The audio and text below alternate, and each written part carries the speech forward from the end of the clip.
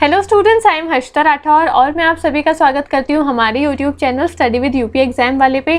I hope everybody is doing great. सब लोग बहुत अच्छे होंगे, सबकी पढ़ाई लिखाई काफ़ी अच्छी चल रही होगी। ठीक है, आई होप आपको मेरी जो पॉलिटिकल साइंस की जो सीरीज़ है, हमने काफ़ी सारी क्लासेस जो है वो कंप्लीट कर ली है। पॉलिटिकल साइंस का काफ़ी सारा पोर्शन जो है वो हमने फिनिश कर लिया है। आई होप सभी लोगों को सारी क्लासेस अच्छी लग रही होंगी, इंटरेस्टिंग लग रही होंगी और सभी को सब कुछ समझ में भी आ रहा होगा। किसी को अगर कुछ भी समझ में ना आए ना तो आप मुझसे कमेंट करके पूछ लिया करो। ठीक है, चाहे आपको कोई भी डाउट है, कोई भी आपको क्वेश्चन में तकलीफ है, कोई आपको टॉपिक में तकलीफ है, आप मेरे को बता दिया करो। या फिर आपको कुछ नया टॉपिक पढ़ना है मुझसे तो वो भी आप मेरे को कॉमेंट करके बता दिया करो कि मैम इस टॉपिक पर ये वीडियो बना लो या फिर इस टॉपिक पर आप ऐसे वीडियो बनाओ, है ना। आप अपने सजेशंस भी दे सकते हो, क्योंकि जब तक स्टूडेंट्स अपने सजेशंस टीचर्स को नहीं बताएंगे तब तक टीचर्स को नहीं पता चलेगा कि आपकी उस तरफ क्या हो रहा है ना।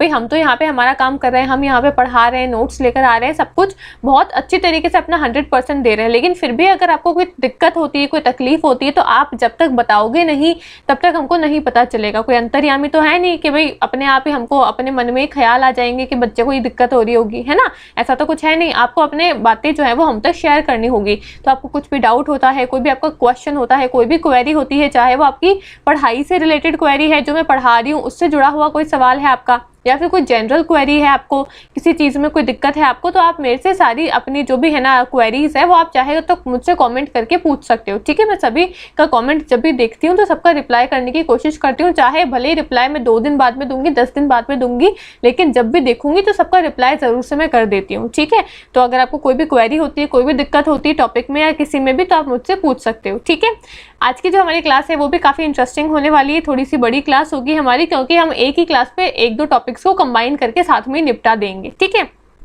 क्लास को शुरू करने से पहले मेरा पर्सनल टेलीग्राम चैनल है हर्षिता मैम की पाठशाला। अगर आप मेरे साथ में पर्सनली कनेक्ट होना चाहते हो, वहाँ पे हम काफ़ी सारी है ना इंटरेक्टिव चीज़ें जो है वो करते रहते हैं। जैसे कि आपको क्विजेज जो है वहाँ पे देखने को मिलेंगे, काफ़ी सारे क्वेश्चन की प्रैक्टिस जो है मैं वहाँ पे करवाती रहती हूँ। फ्री स्टडी मटीरियल जो है, बच्चे काफ़ी सारे कॉमेंट करके पूछते हैं, मैं देखती हूँ बच्चों के कॉमेंट तो पूछते हैं कि मैडम इसकी PDF कहाँ मिलेगी, इसकी PDF कहाँ मिलेगी। तो PDF है ना, ऐसे ऑफिशियली अभी हमने कोई PDF को रिलीज नहीं किया है, लेकिन अगर आपको फ्री स्टडी मटीरियल चाहिए ना तो थोड़ा बहुत जो भी मैं फ्री स्टडी मटेरियल शेयर करती हूँ वो मेरे पर्सनल जो टेलीग्राम चैनल है हर्षिता मैम की पाठशाला, वहाँ पे ही शेयर करती हूँ। तो अगर आपको फ्री स्टडी मटेरियल चाहिए, आपको क्विज़ेस की प्रैक्टिस करनी है, आपको कोई भी करंट अफेयर की न्यूज़ चाहिए या कोई भी आपको जानकारी चाहिए, तो मैं काफ़ी सारी इन्फॉर्मेशन जो है वो टेलीग्राम पे है ना टाइम टू टाइम पोस्ट करती रहती हूँ। तो अगर आप इंटरेस्टेड हो तो आप वहाँ पे टेलीग्राम पे मेरे साथ में कनेक्ट हो सकते हो। ऑलरेडी काफ़ी सारे स्टूडेंट्स मेरे साथ में टेलीग्राम पे कनेक्टेड हैं, वो अपनी क्वेरीज भी वहाँ पे पूछते हैं। एक मेरा डिस्कशन ग्रुप भी है टेलीग्राम पे, आप उसको भी ज्वाइन कर सकते हो। ठीक है, तो वहाँ पे बच्चे अपने आपस में ही डिस्कशन भी करते हैं, ताकि भाई अब अकेले अकेले अगर आप पढ़ाई करोगे ना तो हो सकता है आपको थोड़ा सा बोरिंग सा फील हो। अगर आपका एक ग्रुप बना हुआ रहेगा, अपने साथ वाले बच्चों के साथ में आप इंटरेक्ट करते रहोगे, अपने सवाल आप उनसे पूछोगे, वो आपके सवालों का जवाब देंगे, वो आपसे सवाल पूछेंगे, तो 2 नई चीज़ें आपको सीखने को मिलेगी उनसे, 2 चीज़ें उनको आपसे सीखने को मिलेंगी, है ना। तो ऐसे ग्रुप में स्टडी करने का ये फायदा होता है। तो अगर आप इंटरेस्टेड हो तो आप मेरा जो पर्सनल टेलीग्राम चैनल है हर्षिता मैम की पाठशाला, आप उसको ज्वाइन कर सकते हो। आपको सिंपली टेलीग्राम पे सर्च करना है हर्षिता मैम की पाठशाला, वहाँ पे आपको मेरी ऐसी फोटो लगी हुई दिख जाएगी, तो आप उसको पहचान जाओगे कि ये तो मैडम ही है और आप उस चैनल को ज्वाइन कर सकते हो। ठीक है, तो ये सारी बातें हो गई। आज की जो हमारी क्लास है वो रहेगी आपके भारत के संघवाद के ऊपर। संघवाद क्या होता है? फेडरलिज्म, है ना। जो हमारे भारत में जो हम संघवाद को है ना अपनाया हुआ है, या फिर जो हम संघवाद का जो सिस्टम है हमारे इंडिया के अंदर वो चल रहा है, वो क्या संघवाद होता है, किस तरीके से उसमें फीचर्स जो है, उसमें जो विशेषताएं वगैरह है जो काम करती है, ये सारी चीजें हम आज की क्लास में अच्छे से डिटेल में कवर करने वाले हैं। ठीक है, 2 पार्ट होंगे आज की हमारी क्लास का। पहला पार्ट जो रहेगा, पहला भाग जो रहेगा क्लास का, उसमें हम संघवाद के बारे में पढ़ेंगे। दूसरा भाग जो रहेगा वहां पे हम इलेक्टोरल रिफॉर्म्स के बारे में, जो आपका इलेक्शन वाला जो पूरा प्रोसीजर है, किस प्रकार से इलेक्शन जो है वो काम करते हैं, इलेक्शन मशीनरी किस प्रकार से काम करती है, इलेक्शन कब कब होते हैं, कैसे होते हैं, वो सारी इलेक्टोरल रिफॉर्म से जुड़ी हुई जो भी चीज़ें हैं वो हम करेंगे पार्ट 2 के अंदर। इसी वीडियो में रहेगा वो पार्ट 2 भी, कोई नई वीडियो नहीं आएगी, इसलिए थोड़ी सी लेंथी वीडियो आपकी हो सकती है, 1-1.5 घंटे की वीडियो हो सकती है, क्योंकि इसमें हमको 2 टॉपिक कवर करने। पहला तो हो गया आपका फेडरलिज्म, एक दूसरा हो जाएगा आपका इलेक्टोरल रिफॉर्म्स। ठीक है, तो दोनों ही टॉपिक हम आज की वीडियो में कवर करेंगे। तो हम फटाफट से वीडियो को शुरू करते हैं। ठीक है, सबसे पहले हम शुरू करते हैं हमारा पार्ट 1, जिसका नाम है फेडरलिज्म इन इंडिया, यानी कि भारत में संघवाद। ठीक है, अब इसका थोड़ा सा हम इंट्रोडक्शन देख लेते हैं कि इंट्रोडक्शन क्या होता है। Federal governance structure refers to the clear demarcation of division of power between the nation and the regional government, यानी कि आपका जो संघीय शासन संरचना का तात्पर्य राष्ट्रीय और क्षेत्रीय सरकारों अर्थात केंद्र और राज्य सरकार के बीच शक्तियों में विभाजन से है। फेडरलिज्म का मतलब क्या होता है? फेडरल का मतलब होता है, आपके दो शब्द होते हैं, एक तो शब्द होता है यूनिटरी, एक शब्द होता है आपका फेडरल, ठीक है। एक शब्द होता है आपका यूनिटरी। यूनिटरी का मतलब क्या होता है? यूनिटरी का मतलब होता है जहां पे शक्तियां जो है वो आपके एक ही यूनिट के हाथों में होती है। एक होता है आपका फेडरलिज्म जिसको हम संघवाद कहते हैं। तो फेडरल का मतलब होता है जहां पे शक्तियां जो है एक यूनिट के हाथों में ना होकर बाकी सारी यूनिट में बटी हुई होती है। तो एक तो हो गया आपका यूनिटरी फीचर, है ना, एक हो गया आपका फेडरल फीचर। यूनिटरी फीचर हम इंडिया में नहीं अपनाए हुए हैं, हमारे इंडिया में हमने फेडरलिज्म को अपनाया है जो कि हमने कनाडा से बोरो किया है, ठीक है। क्या चीज हमने कहां से ली है वो सारी चीजें भी आपको पता होनी चाहिए, वो पूरा सोर्स का एक मैं आपको टेबल बना के पढ़ा दूंगी, ठीक है। अभी आपको ये जानने की जरूरत है कि फेडरलिज्म जो है वो हमने कनाडा से बोरो किया है। कनाडा है ना, जो आपका कनाडा है वहां पे कैनेडियन फेडरलिज्म जिस प्रकार से काम करता है उसी तरीके से इंडिया में जो संघवाद है वो भी सेम उसी प्रकार से ही काम करता है, ठीक है। अब मैंने बता दिया कि यूनिटरी में एक ही यूनिट के हाथों में पावर होती है, फेडरल सिस्टम में एक यूनिट के हाथ में पावर नहीं होती है, बल्कि पावर जो है वो जितनी भी यूनिट है उन सब में बटी हुई होती है। तो अगर हमारे इंडिया में है ना यूनिटरी सिस्टम होता तो सिर्फ एक ही यूनिट के हाथों में पावर होती, एक यूनिट या तो आपकी सेंट्रल गवर्नमेंट के हाथों में या फिर आपकी राज्य की सरकार के हाथों में, पर पावर तो हमेशा जो ज्यादा है जो बड़ा है उसी के हाथों में होगी। तो केंद्र की सरकार बड़ी है, तो अगर हम यूनिटरी गवर्नमेंट को अपनाते तो हमारे पास में राज्यों की जो सरकारें हैं अलग अलग, उन सभी राज्यों की सरकारों के पास में कोई शक्तियां ही नहीं बचती। जितनी भी शक्तियां हैं वो सिर्फ और सिर्फ एक यूनिट, सिंगल यूनिट कौन है आपका जो कि शक्तिशाली है, वो है आपका केंद्र सरकार। सिर्फ और सिर्फ सारी शक्तियां आपके केंद्र की सरकारों के हाथों में रहती। पर ऐसा ना हो, अगर एक ही यूनिट के हाथ में पावर होगी तो वो क्या हो जाएंगे, वो आपके टायरेनिकल बिहेव करने लग जाएंगे, डोमिनेट करने लग जाएंगे जो उनसे कम पावरफुल है ना, अपना राज चलाना लग जाएंगे। तो हम नहीं चाहते थे कि एक का भी है ना डोमिनेशन रहे पूरे इंडिया के ऊपर। तो हमने क्या करा, जो शक्तियां हैं वो सभी के अंदर बांट दी है। हाँ, हालांकि जो ज्यादा शक्तियां हैं वो थोड़ी सी केंद्र की सरकार के पास में है, लेकिन ऐसा नहीं कि राज्य की सरकार के पास में भी कोई शक्तियां ही नहीं है। हमने राज्य की सरकार के पास में भी शक्तियां दी है, जो लोकल गवर्नमेंट है हमने उनको भी शक्तियां दी है। तो हमने यूनिटरी गवर्नमेंट को ना अपना के हमने फेडरल गवर्नेंस को अपनाया है, हमने संघीय शासन को अपनाया है, ठीक है। तो ये पूरा मतलब होता है फेडरल गवर्नेंस का। आई होप अब समझ में आ गया होगा आपको, ठीक है। आगे बढ़ते हैं, आगे क्या बोला है, the term federation means a treaty और एन अग्रीमेंट। जो संघ शब्द है ना उसका अर्थ क्या होता है, संधि या फिर समझौता, ठीक है। इसको और समझते हैं आगे चल के। बोला है कि in case of India the word federation is not written anywhere in the constitution. Article 1 of Indian constitution state India that is Bharat as union of states. यानी कि क्या बोला है, बहुत इंपॉर्टेंट बात है, जो हमारा पहला आर्टिकल है ना, हमारे जितने भी आर्टिकल है हमारे कॉन्स्टिट्यूशन में, हमारे संविधान में, उसका जो पहला अनुच्छेद है हमारा, वो अनुच्छेद बात क्या करता है, यूनियन ऑफ स्टेट की बात करता है। भारतीय संविधान के अनुच्छेद पहले में लिखा है इंडिया अर्थात भारत राज्यों का संघ है, ठीक है। यहाँ पे कहीं पे भी पहले आर्टिकल में आपको फेडरेशन टर्म जो है, संघीय व्यवस्था जो है, संघवाद जो है, वो आपको कहीं पे भी देखने को नहीं मिलेगा। वहां पे यूनियन ऑफ स्टेट के बारे में बात हुई है, यानी कि यहाँ पे ये लाइन ये बोलना चाह रही है कि भारत के मामले में संघ शब्द का उल्लेख संविधान में कभी भी किसी भी प्रकार से डायरेक्टली नहीं हुआ है। आप कॉन्स्टिट्यूशन में देखोगे तो आपको वहां पे कहीं पे भी संघवाद शब्द जो है वो लिखा हुआ नहीं मिलेगा। इनफैक्ट जो आपका पहला अनुच्छेद है, जो आपका पहला आर्टिकल है, उसके अंदर भी यही बताया हुआ है यूनियन ऑफ स्टेट। वहां पे भी राज्यों का एक यूनियन ही बताया हुआ है, फेडरेशन नहीं बताया हुआ है। तो यानी कि हम है तो यूनियन है ना। यूनियन क्यों है, यूनियन है कि भाई इंडिया जो है वो पूरा यूनाइट है ना, इसलिए यूनियन है। इंडिया में जो आपकी है ना सेंट्रल गवर्नमेंट है, केंद्र की सरकार है, उसके पास में ज्यादा शक्तियां हैं, इंडिया इसलिए यूनियन है। लेकिन हमने फिर फेडरेशन को क्यों अपनाया, भाई हम कहने के लिए तो यूनियन है, लेकिन हमारा जो गवर्नेंस का सिस्टम है वो फेडरल है। ऐसा क्यों भाई, कहने के लिए हम यूनियन है क्योंकि हमारी यूनिटी जो है, एकता जो है वो बनी रहे, इसलिए हम इसको यूनियन के तौर पर रिप्रेजेंट करते हैं। परंतु हमारा जो गवर्नेंस का सिस्टम जो है वो ढंग से चल पाए, इसलिए हमने इसको फेडरेशन का नाम दे रखा है कि हमारी जो गवर्नमेंट है वो एक फेडरल गवर्नेंस है, ताकि एडमिनिस्ट्रेशन जो है वो आपका ढंग से सुचारू रूप से हो सके, ठीक है। आई बात समझ में कि भाई यूनियन क्यों बोलते हैं इंडिया को, और फेडरल सिस्टम को हमने अपनाया हुआ क्यों है। फेडरल सिस्टम को इसलिए अपनाया है क्योंकि हमारे यहाँ पे एडमिनिस्ट्रेशन जो है वो ढंग से चल पाए। अब केंद्र की सरकार जो है वो छोटे छोटे गाँव जो है उनमें क्या समस्याएं आ रही है उसको तो केंद्र में बैठ के नहीं देख सकती है ना। उस गांव में क्या समस्या है उसका समाधान कौन लेकर आएगा, उस गांव की जो सरकार है वहाँ पे जो सरपंच, वहाँ पे जो भी आपकी पंचायत है जो काम कर रही है, जो सरपंच है वहाँ पे काम कर रहे हैं, वही उसको देखेगी। तो यानी कि उनके पास में शक्तियां होगी तो वो उस गांव का डेवलपमेंट कर पाएंगे। राज्य जो है, अब काफी सारे राज्य हैं इंडिया के अंदर, अब एक केंद्र की सरकार इतने सारे राज्यों में भाई कौन से राज्य में कौन से छोटी सी सिटी के अंदर क्या दिक्कत आ रही है उसको नहीं देख पाएगी। तो कौन अच्छे से देख पाएगा उसको? जो उस राज्य की सरकार है वो अपने राज्य को ढंग से गवर्न कर पाएगी। इसलिए हमने राज्य की सरकारों को भी शक्तियां दे रखी है। इसके अलावा भी और काफी सारे काम होते हैं जो कि आपके केंद्र की सरकार के पास में भी शक्तियां हैं। तो हमारा एडमिनिस्ट्रेशन प्रॉपर तरीके से चल पाए इसलिए हमने जो फेडरल गवर्नेंस का सिस्टम जो है उसको अपनाया हुआ है। परंतु पहले अनुच्छेद में लिखा हुआ है यूनियन ऑफ स्टेट, यानी कि इंडिया क्या है? यूनियन ही है। हमारी यूनिटी जो है, हमारी एकता को दिखाने के लिए हमने कॉन्स्टिट्यूशन में भी यूनियन ऑफ स्टेट ही लिखा है। ठीक है, इंपॉर्टेंट बात है इसलिए थोड़ा सा मैंने टाइम लेके इसको समझाया है। ठीक है, आगे क्या बोला है? The meaning that Indian federation structure is basically a union which is indestructible. इसका अर्थ है कि भारतीय संघ ढांचा मूल रूप से एक यूनियन यानी कि राज्यों का संघ है जो कि अक्षय है, इनडिस्ट्रक्टिबल है। हमारा जो हमने फेडरेशन को अपनाया है वो क्या है? इनडिस्ट्रक्टिबल है, अक्षय है, यानी कि डिस्ट्रक्ट जो है इसका जो डिस्ट्रक्शन जो है वो नहीं हो सकता है। ठीक है, आगे बढ़ते हैं। आगे क्या बोला है? Federal and unitary feature of Indian constitution, भारतीय संविधान की संघीय और ऐकिक विशेषताएं क्या है उसको हम देखते हैं। तो सबसे पहले हम देखते हैं आपकी संघीय विशेषता क्या है, फिर हम देखेंगे कि यूनिटरी फीचर्स कौन कौन से। ठीक है, अब आपके फेडरल फीचर्स कौन कौन से होते हैं? दो प्रकार की सरकारें होती है, फिर से समझा रही हूँ। एक होता है आपका फेडरल गवर्नेंस का सिस्टम, एक होता है आपका यूनिटरी सिस्टम।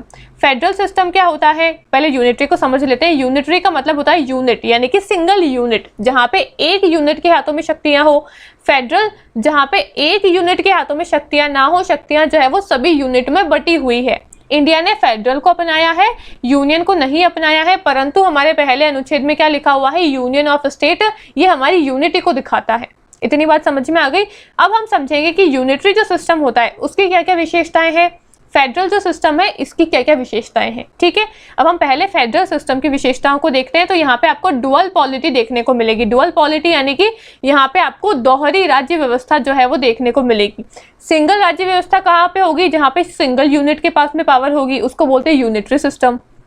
दोहरी यानी कि दो अलग अलग आपको राज्य व्यवस्थाएं जो है वो देखने को मिलेगी। जैसे कि आपका हो सकता है ना, काफी अलग अलग आपको सरकारें जो है वहां पे देखने को मिले। जैसे कि राज्य में अलग सरकार है, आपके हर अलग अलग राज्य में आपको अलग अलग सरकारें देखने को मिलती है। केंद्र के पास में हमारी अलग सरकार है ना। तो आपको यहाँ पे दोहरी राज्य व्यवस्था जो है वो देखने को मिलती है इंडिया के अंदर।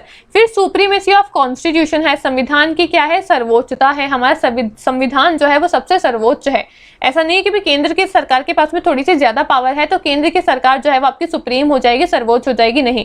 सर्वोच्च कौन रहता है फेडरल सिस्टम में? जो संविधान है, जो कॉन्स्टिट्यूशन है वो सर्वोच्च रहता है। तो ये बात इंडिया पे बिल्कुल लागू होती है। दूसरा, हमारे पास में रिटन कॉन्स्टिट्यूशन है, यानी कि लिखित संविधान है। हमारा संविधान जो है वो मौखिक नहीं है, वो लिखित है, यानी कि बाकायदा एक किताब के अंदर पूरी बातें जो है पॉइंट टू पॉइंट एक एक अनुच्छेद जो है वहां पे लिखे हुए हैं। लिखित संविधान है इंडिया के पास में। ठीक है, तो जहां पे भी आपको फेडरल सिस्टम देखने को मिलेगा, चाहे कोई भी अलग देश हो आपका, जहां पे फेडरल सिस्टम चलता है, जहां पे आपकी संघीय व्यवस्था चलती है, वहां पे आपको हमेशा लिखित संविधान ही देखने को मिलेगा। ठीक है, फिर आपके पास में जो संविधान है वो कैसा है? रिजिड है, यानी कि दृढ़ संविधान है। दृढ़ का मतलब क्या होता है? दो टर्म होती है, एक होती है आपका रिजिड, एक होती है आपका फ्लेक्सिबल। ठीक है, रिजिड यानी कि टफ, टफ यानी कि हार्ड, जिसको बदलने में जो प्रोसीजर है, जो टाइम है वो ज्यादा लगे, जो थोड़ा सा कठिन हो। ठीक है, फेडरल क्या होता है? फेडरल होता है आपका इजी, इजी यानी कि जो ज्यादा कठिन ना हो, जो सरल हो, उसको हम आसानी से बदल सकते हैं। तो इंडिया जो है वो फेडरल सिस्टम को अपनाता है और जहां पे भी फेडरल गवर्नेंस सिस्टम होता है वहां पे हमेशा आपको कॉन्स्टिट्यूशन जो है वो आपको रिजिड यानी कि दृढ़ देखने को मिलेगा। यानी कि इंडिया के अंदर कुछ ऐसे फीचर्स हैं हमारे पास में जिनको बदलने के लिए, कुछ ऐसी चीजें हैं जिनको है ना संविधान में बदलने के लिए हमको काफी कठोर प्रोसीजर से होकर निकलना पड़ता है। परंतु कुछ ऐसी चीजें भी है जिसको हम काफी सिंपल तरीके से बदल देते हैं। अभी आगे हम क्लास करेंगे जहां पे हम अमेंडमेंट की क्लास करेंगे कि इंडिया में अगर हमको किसी भी संविधान के किसी भी अनुच्छेद में किसी भी भाग में बदलाव करना है, अमेंडमेंट करना है, संशोधन करना है, तो हम किस प्रकार से कर सकते हैं। ठीक है, तो यहाँ पे हमारे पास में कुछ तो होती है स्पेशल मेजॉरिटी, यानी कि कुछ हमको विशेष बहुमत से बदलाव करने होते हैं। कुछ हमारे पास में होती है सिंपल मेजॉरिटी, यानी कि कुछ हमको सिंपल बहुमत से ही बदलाव कर सकते हैं कुछ चीजों के अंदर। तो यानी कि जहाँ पे हमको विशेष बहुमत की जरूरत है वहां पे प्रोसीजर जो है वो थोड़ा सा कठिन हो जाता है। जहाँ पे सिंपल बहुमत से हम बदलाव कर सकते हैं वहां पे प्रोसीजर जो है वो थोड़ा सा ईजी हो जाता है। तो कुछ चीजें तो हम स्पेशल बहुमत से बदल सकते हैं, है ना, विशेष बहुमत से बदल सकते हैं। कुछ चीजें हमारे संविधान में ऐसी दे रखी है जो कि हम सिंपल बहुमत से भी उसको बदल सकते हैं, उसका संशोधन जो है वो कर सकते हैं। ठीक है, तो बेसिकली इंडिया में आपको फेडरल, है ना, इंडिया में आपको रिजिड कॉन्स्टिट्यूशन और आपको फ्लेक्सिबल कॉन्स्टिट्यूशन दोनों ही देखने को मिलेगा। लेकिन मोस्टली जहां पे आपको फेडरल गवर्नेंस देखने को मिलेगा वहां पे आपको हमेशा संविधान दृढ़ देखने को मिलेगा, यानी कि रिजिड देखने को मिलेगा। रिजिड का मतलब समझ में आ गया ना, रिजिड यानी कि कठोर, ऐसा संविधान जिसको बदलने में प्रोसीजर जो है, टाइम जो है वो ज्यादा लगे, जिसको बदलने में जो आपकी पूरी व्यवस्था है वो थोड़ी सी कठोर हो। ठीक है, आगे बढ़ते हैं। आगे बोला है डिवीजन ऑफ पावर, यानी कि शक्तियों का विभाजन। अब मैंने बताया अगर यूनिटरी सिस्टम होगा तो वहां पे एक सिंगल यूनिट के हाथों में शक्तियां होगी। अगर फेडरल सिस्टम होगा तो वहां पे जो आपकी शक्तियां हैं वो एक यूनिट के हाथों में नहीं होगी, सारी यूनिट में क्या होगी, बटी हुई होगी। यानी कि यहाँ पे शक्तियों का विभाजन आपको देखने को मिलेगा ही मिलेगा। इसका बेस्ट एग्जाम्पल हम इंडिया को ही ले लेते हैं। केंद्र की सरकार के पास में अलग शक्तियां हैं, फिर शक्तियां राज्यों में बटी हुई है, तो राज्य की सरकार में अलग शक्तियां हैं, राज्य भी काफी सारे हैं, तो सभी राज्यों के पास में अपनी अपनी अलग कुछ शक्तियां हैं। ठीक है, फिर हमारे पास में आती है लोकल गवर्नमेंट, तो लोकल गवर्नमेंट की अलग शक्तियां हैं। तो यहाँ पे शक्तियां जो है उसका विभाजन आपको बहुत ही तगड़े तरीके से, बहुत ही अच्छे तरीके से देखने को मिलेगा। इसलिए इंडिया में क्या है, शक्तियों का विभाजन है, डिवीजन ऑफ पावर है, और इसी को हम बोलते हैं क्या, फेडरल गवर्नेंस। ठीक है, आगे देखने को मिलेगा आपको बाय कैमरलिज्म, यानी कि द्विसदनात्मक आपको दो सदन यहाँ पे देखने को मिलेंगे। अगर यूनिटरी सिस्टम होता तो आपको वहां पे देखने को मिलता यूनिकैमरल सिस्टम, यूनिकैमरल जहाँ पे सिंगल सदन हो, एक ही सदन हो। लेकिन बायकैमरल, बाय का मतलब होता है टू। ठीक है, तो बायकैमरल यानी कि जहाँ पे आपको दो सदन देखने को मिलेंगे, इसको हम द्विसदनात्मक व्यवस्था के नाम से भी जानते हैं। दो सदन है ना इंडिया के अंदर, आपको केंद्र की सरकार में आपको लोकसभा राज्यसभा देखने को मिलेगी, राज्य की सरकारों में आपको विधानसभा विधान परिषद देखने को मिलेगी। तो यानी कि दोनों ही आपको सदन है, दोनों ही सदन है, दोनों सदनों में अपने अलग अलग पावर का विभाजन है, अपनी अलग अलग शक्तियों का विभाजन है। लोकसभा के पास में अपनी अलग शक्तियां हैं, राज्यसभा के पास में अपनी अलग शक्तियां हैं। तो यहाँ पे आपको दो सदन देखने को मिलेंगे। तो जहां पे भी आपका फेडरल सिस्टम होगा, जहां पे भी आपकी संघीय व्यवस्था होगी, वहां पे आपको हमेशा द्विसदनात्मक जो आपकी सरकार है, द्विसदनात्मक जो है व्यवस्था आपको देखने को मिलेगी। ठीक है, ये सारे फीचर्स है आपके फेडरल फीचर्स हैं। अब हम देखते हैं यूनिटरी फीचर्स। यूनिटरी फीचर्स कौन कौन से होते हैं, जहाँ पे यूनिटरी यानी कि जहाँ पे सिंगल गवर्नमेंट का, है ना, सिंगल यूनिट के हाथों में शक्तियां हैं। जैसे कि आपको यहाँ पे स्ट्रॉन्ग सेंटर देखने को मिलेगा, शक्तिशाली केंद्र देखने को मिलेगा, यानी कि जहाँ पे भी आपको यूनिटरी फॉर्म ऑफ गवर्नमेंट देखने को मिलेगी, वहां पे आपको क्या देखने को मिलेगा, केंद्र की सरकार जो है वो क्या है, स्ट्रॉन्ग है। ठीक है, स्टेबल है ना, स्टेट्स जो है वो इनडिस्ट्रक्टेबल नहीं है, यानी कि राज्य अक्षय नहीं है। इंडिया में हम फेडरल सिस्टम को अपनाते हैं, यानी कि स्टेट जो है वो क्या है, इनडिस्ट्रक्टेबल, अक्षय जो है वो स्टेट जो है वो इनडिस्ट्रक्टेबल है। लेकिन जहां पे भी आपको, है ना, यूनिटरी फॉर्म ऑफ गवर्नमेंट देखने को मिलेगी, वहां पे आपको स्टेट जो है वो इनडिस्ट्रक्टेबल नहीं दिखेंगे, यानी कि राज्य जो है वो आपको अक्षय नहीं दिखेंगे। ठीक है, फिर आगे क्या बोला है, सिंगल और फ्लेक्सिबल कॉन्स्टिट्यूशन। हमने जो फेडरल सिस्टम है वहां पे क्या देखा था, यहाँ पे हमने देखा था रिटन कॉन्स्टिट्यूशन है, यानी कि लिखित संविधान है, और फ्लेक्सिबल की जगह हमने देखा था रिजिड, यानी कि कठोर संविधान है। कुछ भी बदलाव करना है तो वो थोड़ा सा प्रोसीजर जो है वो आपका कठोर हो जाता है।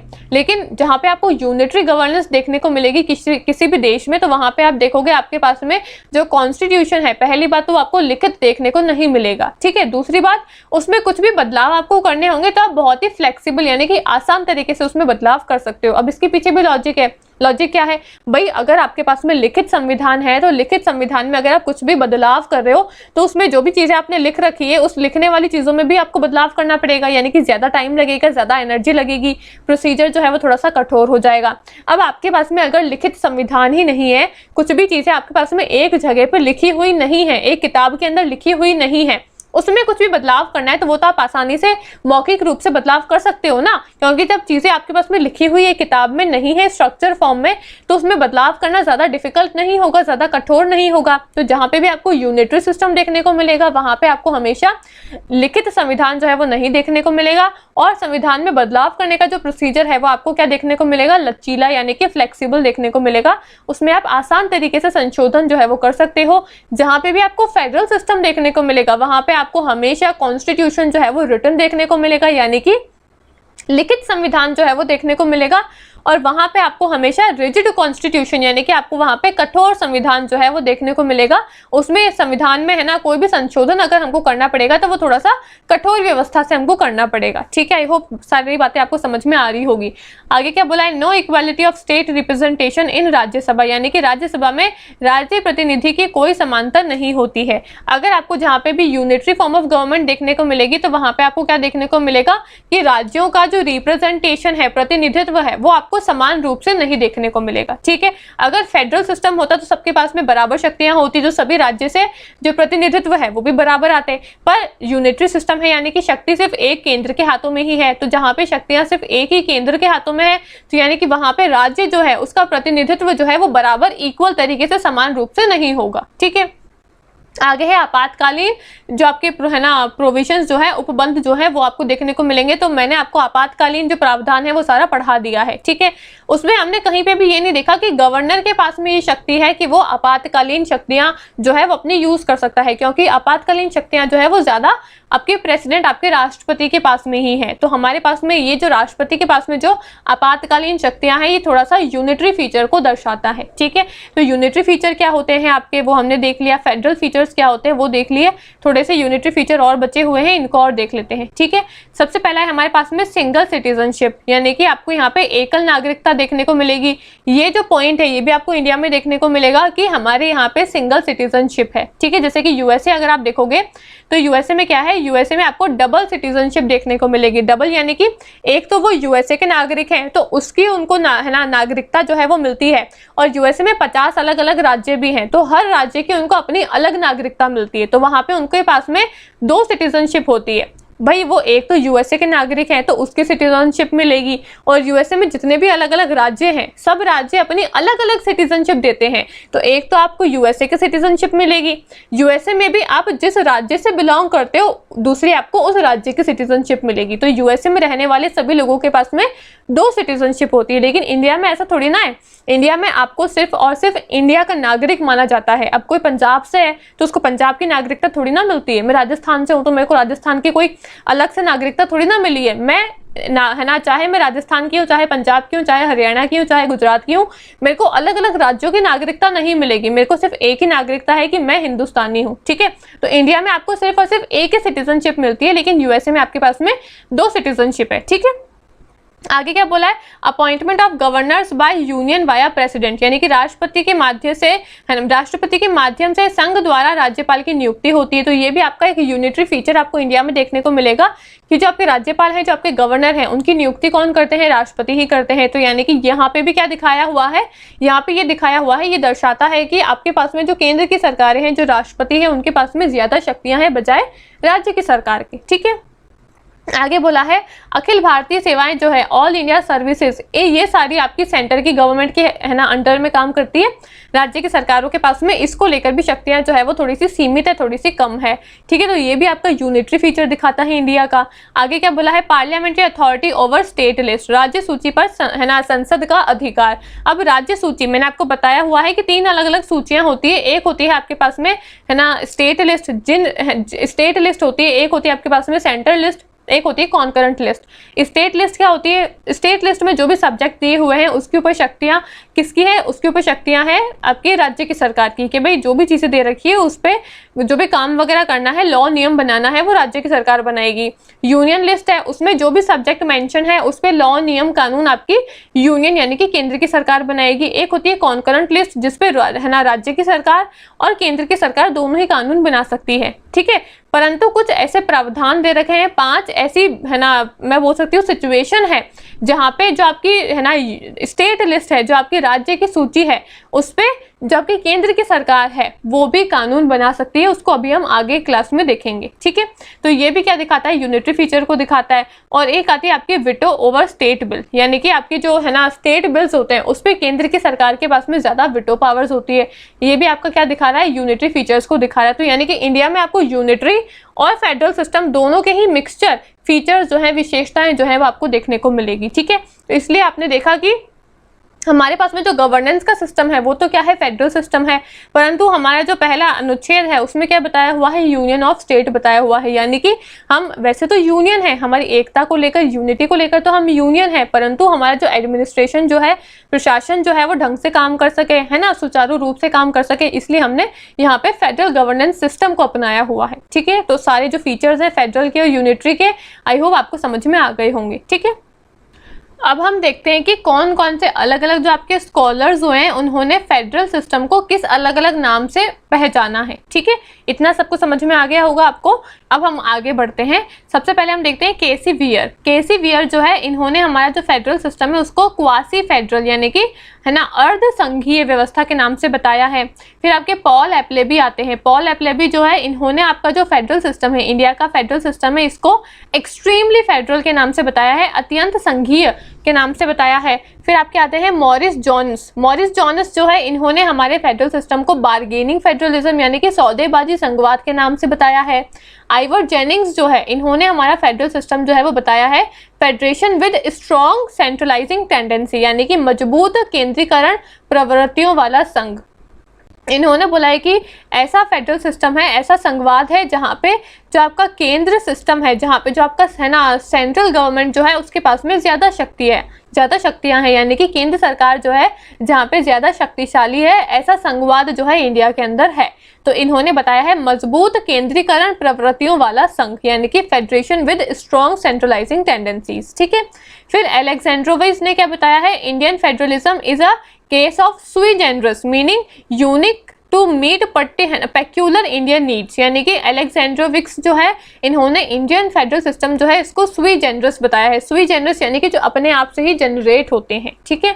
फिर रेखा सक्सेना जो है, इन्होंने हमारे फेडरल सिस्टम को बताया है असिमेट्रिकल यानी कि विषम संघवाद। असिमेट्रिकल है, सिमेट्रिकल और असिमेट्रिकल दो शब्द होते हैं। इनका मतलब क्या होता है, सिमेट्रिकल होता है, एक होता है असिमेट्रिकल। सिमेट्रिकल यानी कि सेम यानी कि समान, इक्वल, एक होता है असिमेट्रिकल यानी कि असमान, है ना।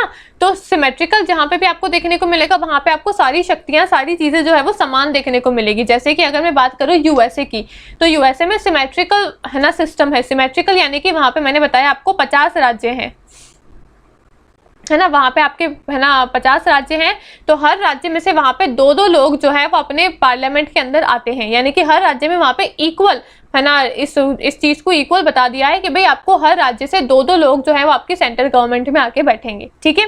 तो यानी कि जो आपका यूएसए है वहाँ पे जितने भी स्टेट हैं उन हर स्टेट से आपको 2-2 लोग जो हैं वो अपने पार्लियामेंट के अंदर उनको देखने को मिलेंगे। लेकिन इंडिया में ऐसा नहीं है। इंडिया में अगर राज्य छोटा है तो वहाँ से कम लोग आपको सेंटर में जाके दिखेंगे, है ना, उनका जो प्रतिनिधित्व है वो आपको सेंटर में कम दिखेगा। जो राज्य बड़ा है उसके लोग आपको सेंटर में राज्यसभा में बैठे हुए ज्यादा दिखेंगे। तो भाई यहाँ पे हमारे पास में जो डिविजन है वो जनसंख्या के आधार पे है, इक्वल डिवीजन नहीं है कि भाई हर राज्य से 2-2 लोग ही आपके जाके संसद में बैठेंगे या फिर हर राज्य से 4-4 लोग, 3-3 लोग ही जाके आपको बैठे हुए दिखेंगे। नहीं, यहाँ पे हमारा जो सिस्टम है यहाँ पे ये क्या है, असिमेट्रिकल सिस्टम है। तो इसलिए रेखा सक्सेना ने इसको क्या बताया हुआ है, असिमेट्रिकल फेडरलिज्म यानी कि विषम संघवाद, ठीक है। तो ये अलग अलग स्कॉलर्स हैं आपके, केसी वियर हो गए, पॉल एप्लेबी हो गए, आपने पॉलिटिकल साइंस में काफी बार इनका नाम सुना होगा, मॉरिस जॉनस हो गए, आइवर जेनिंग्स हो गए, अलेक्जेंड्रोविक्स हो गए, रेखा सक्सेना हो गए, सबने अपनी अलग अलग बातें बताई है फेडरलिज्म को लेकर, ठीक है।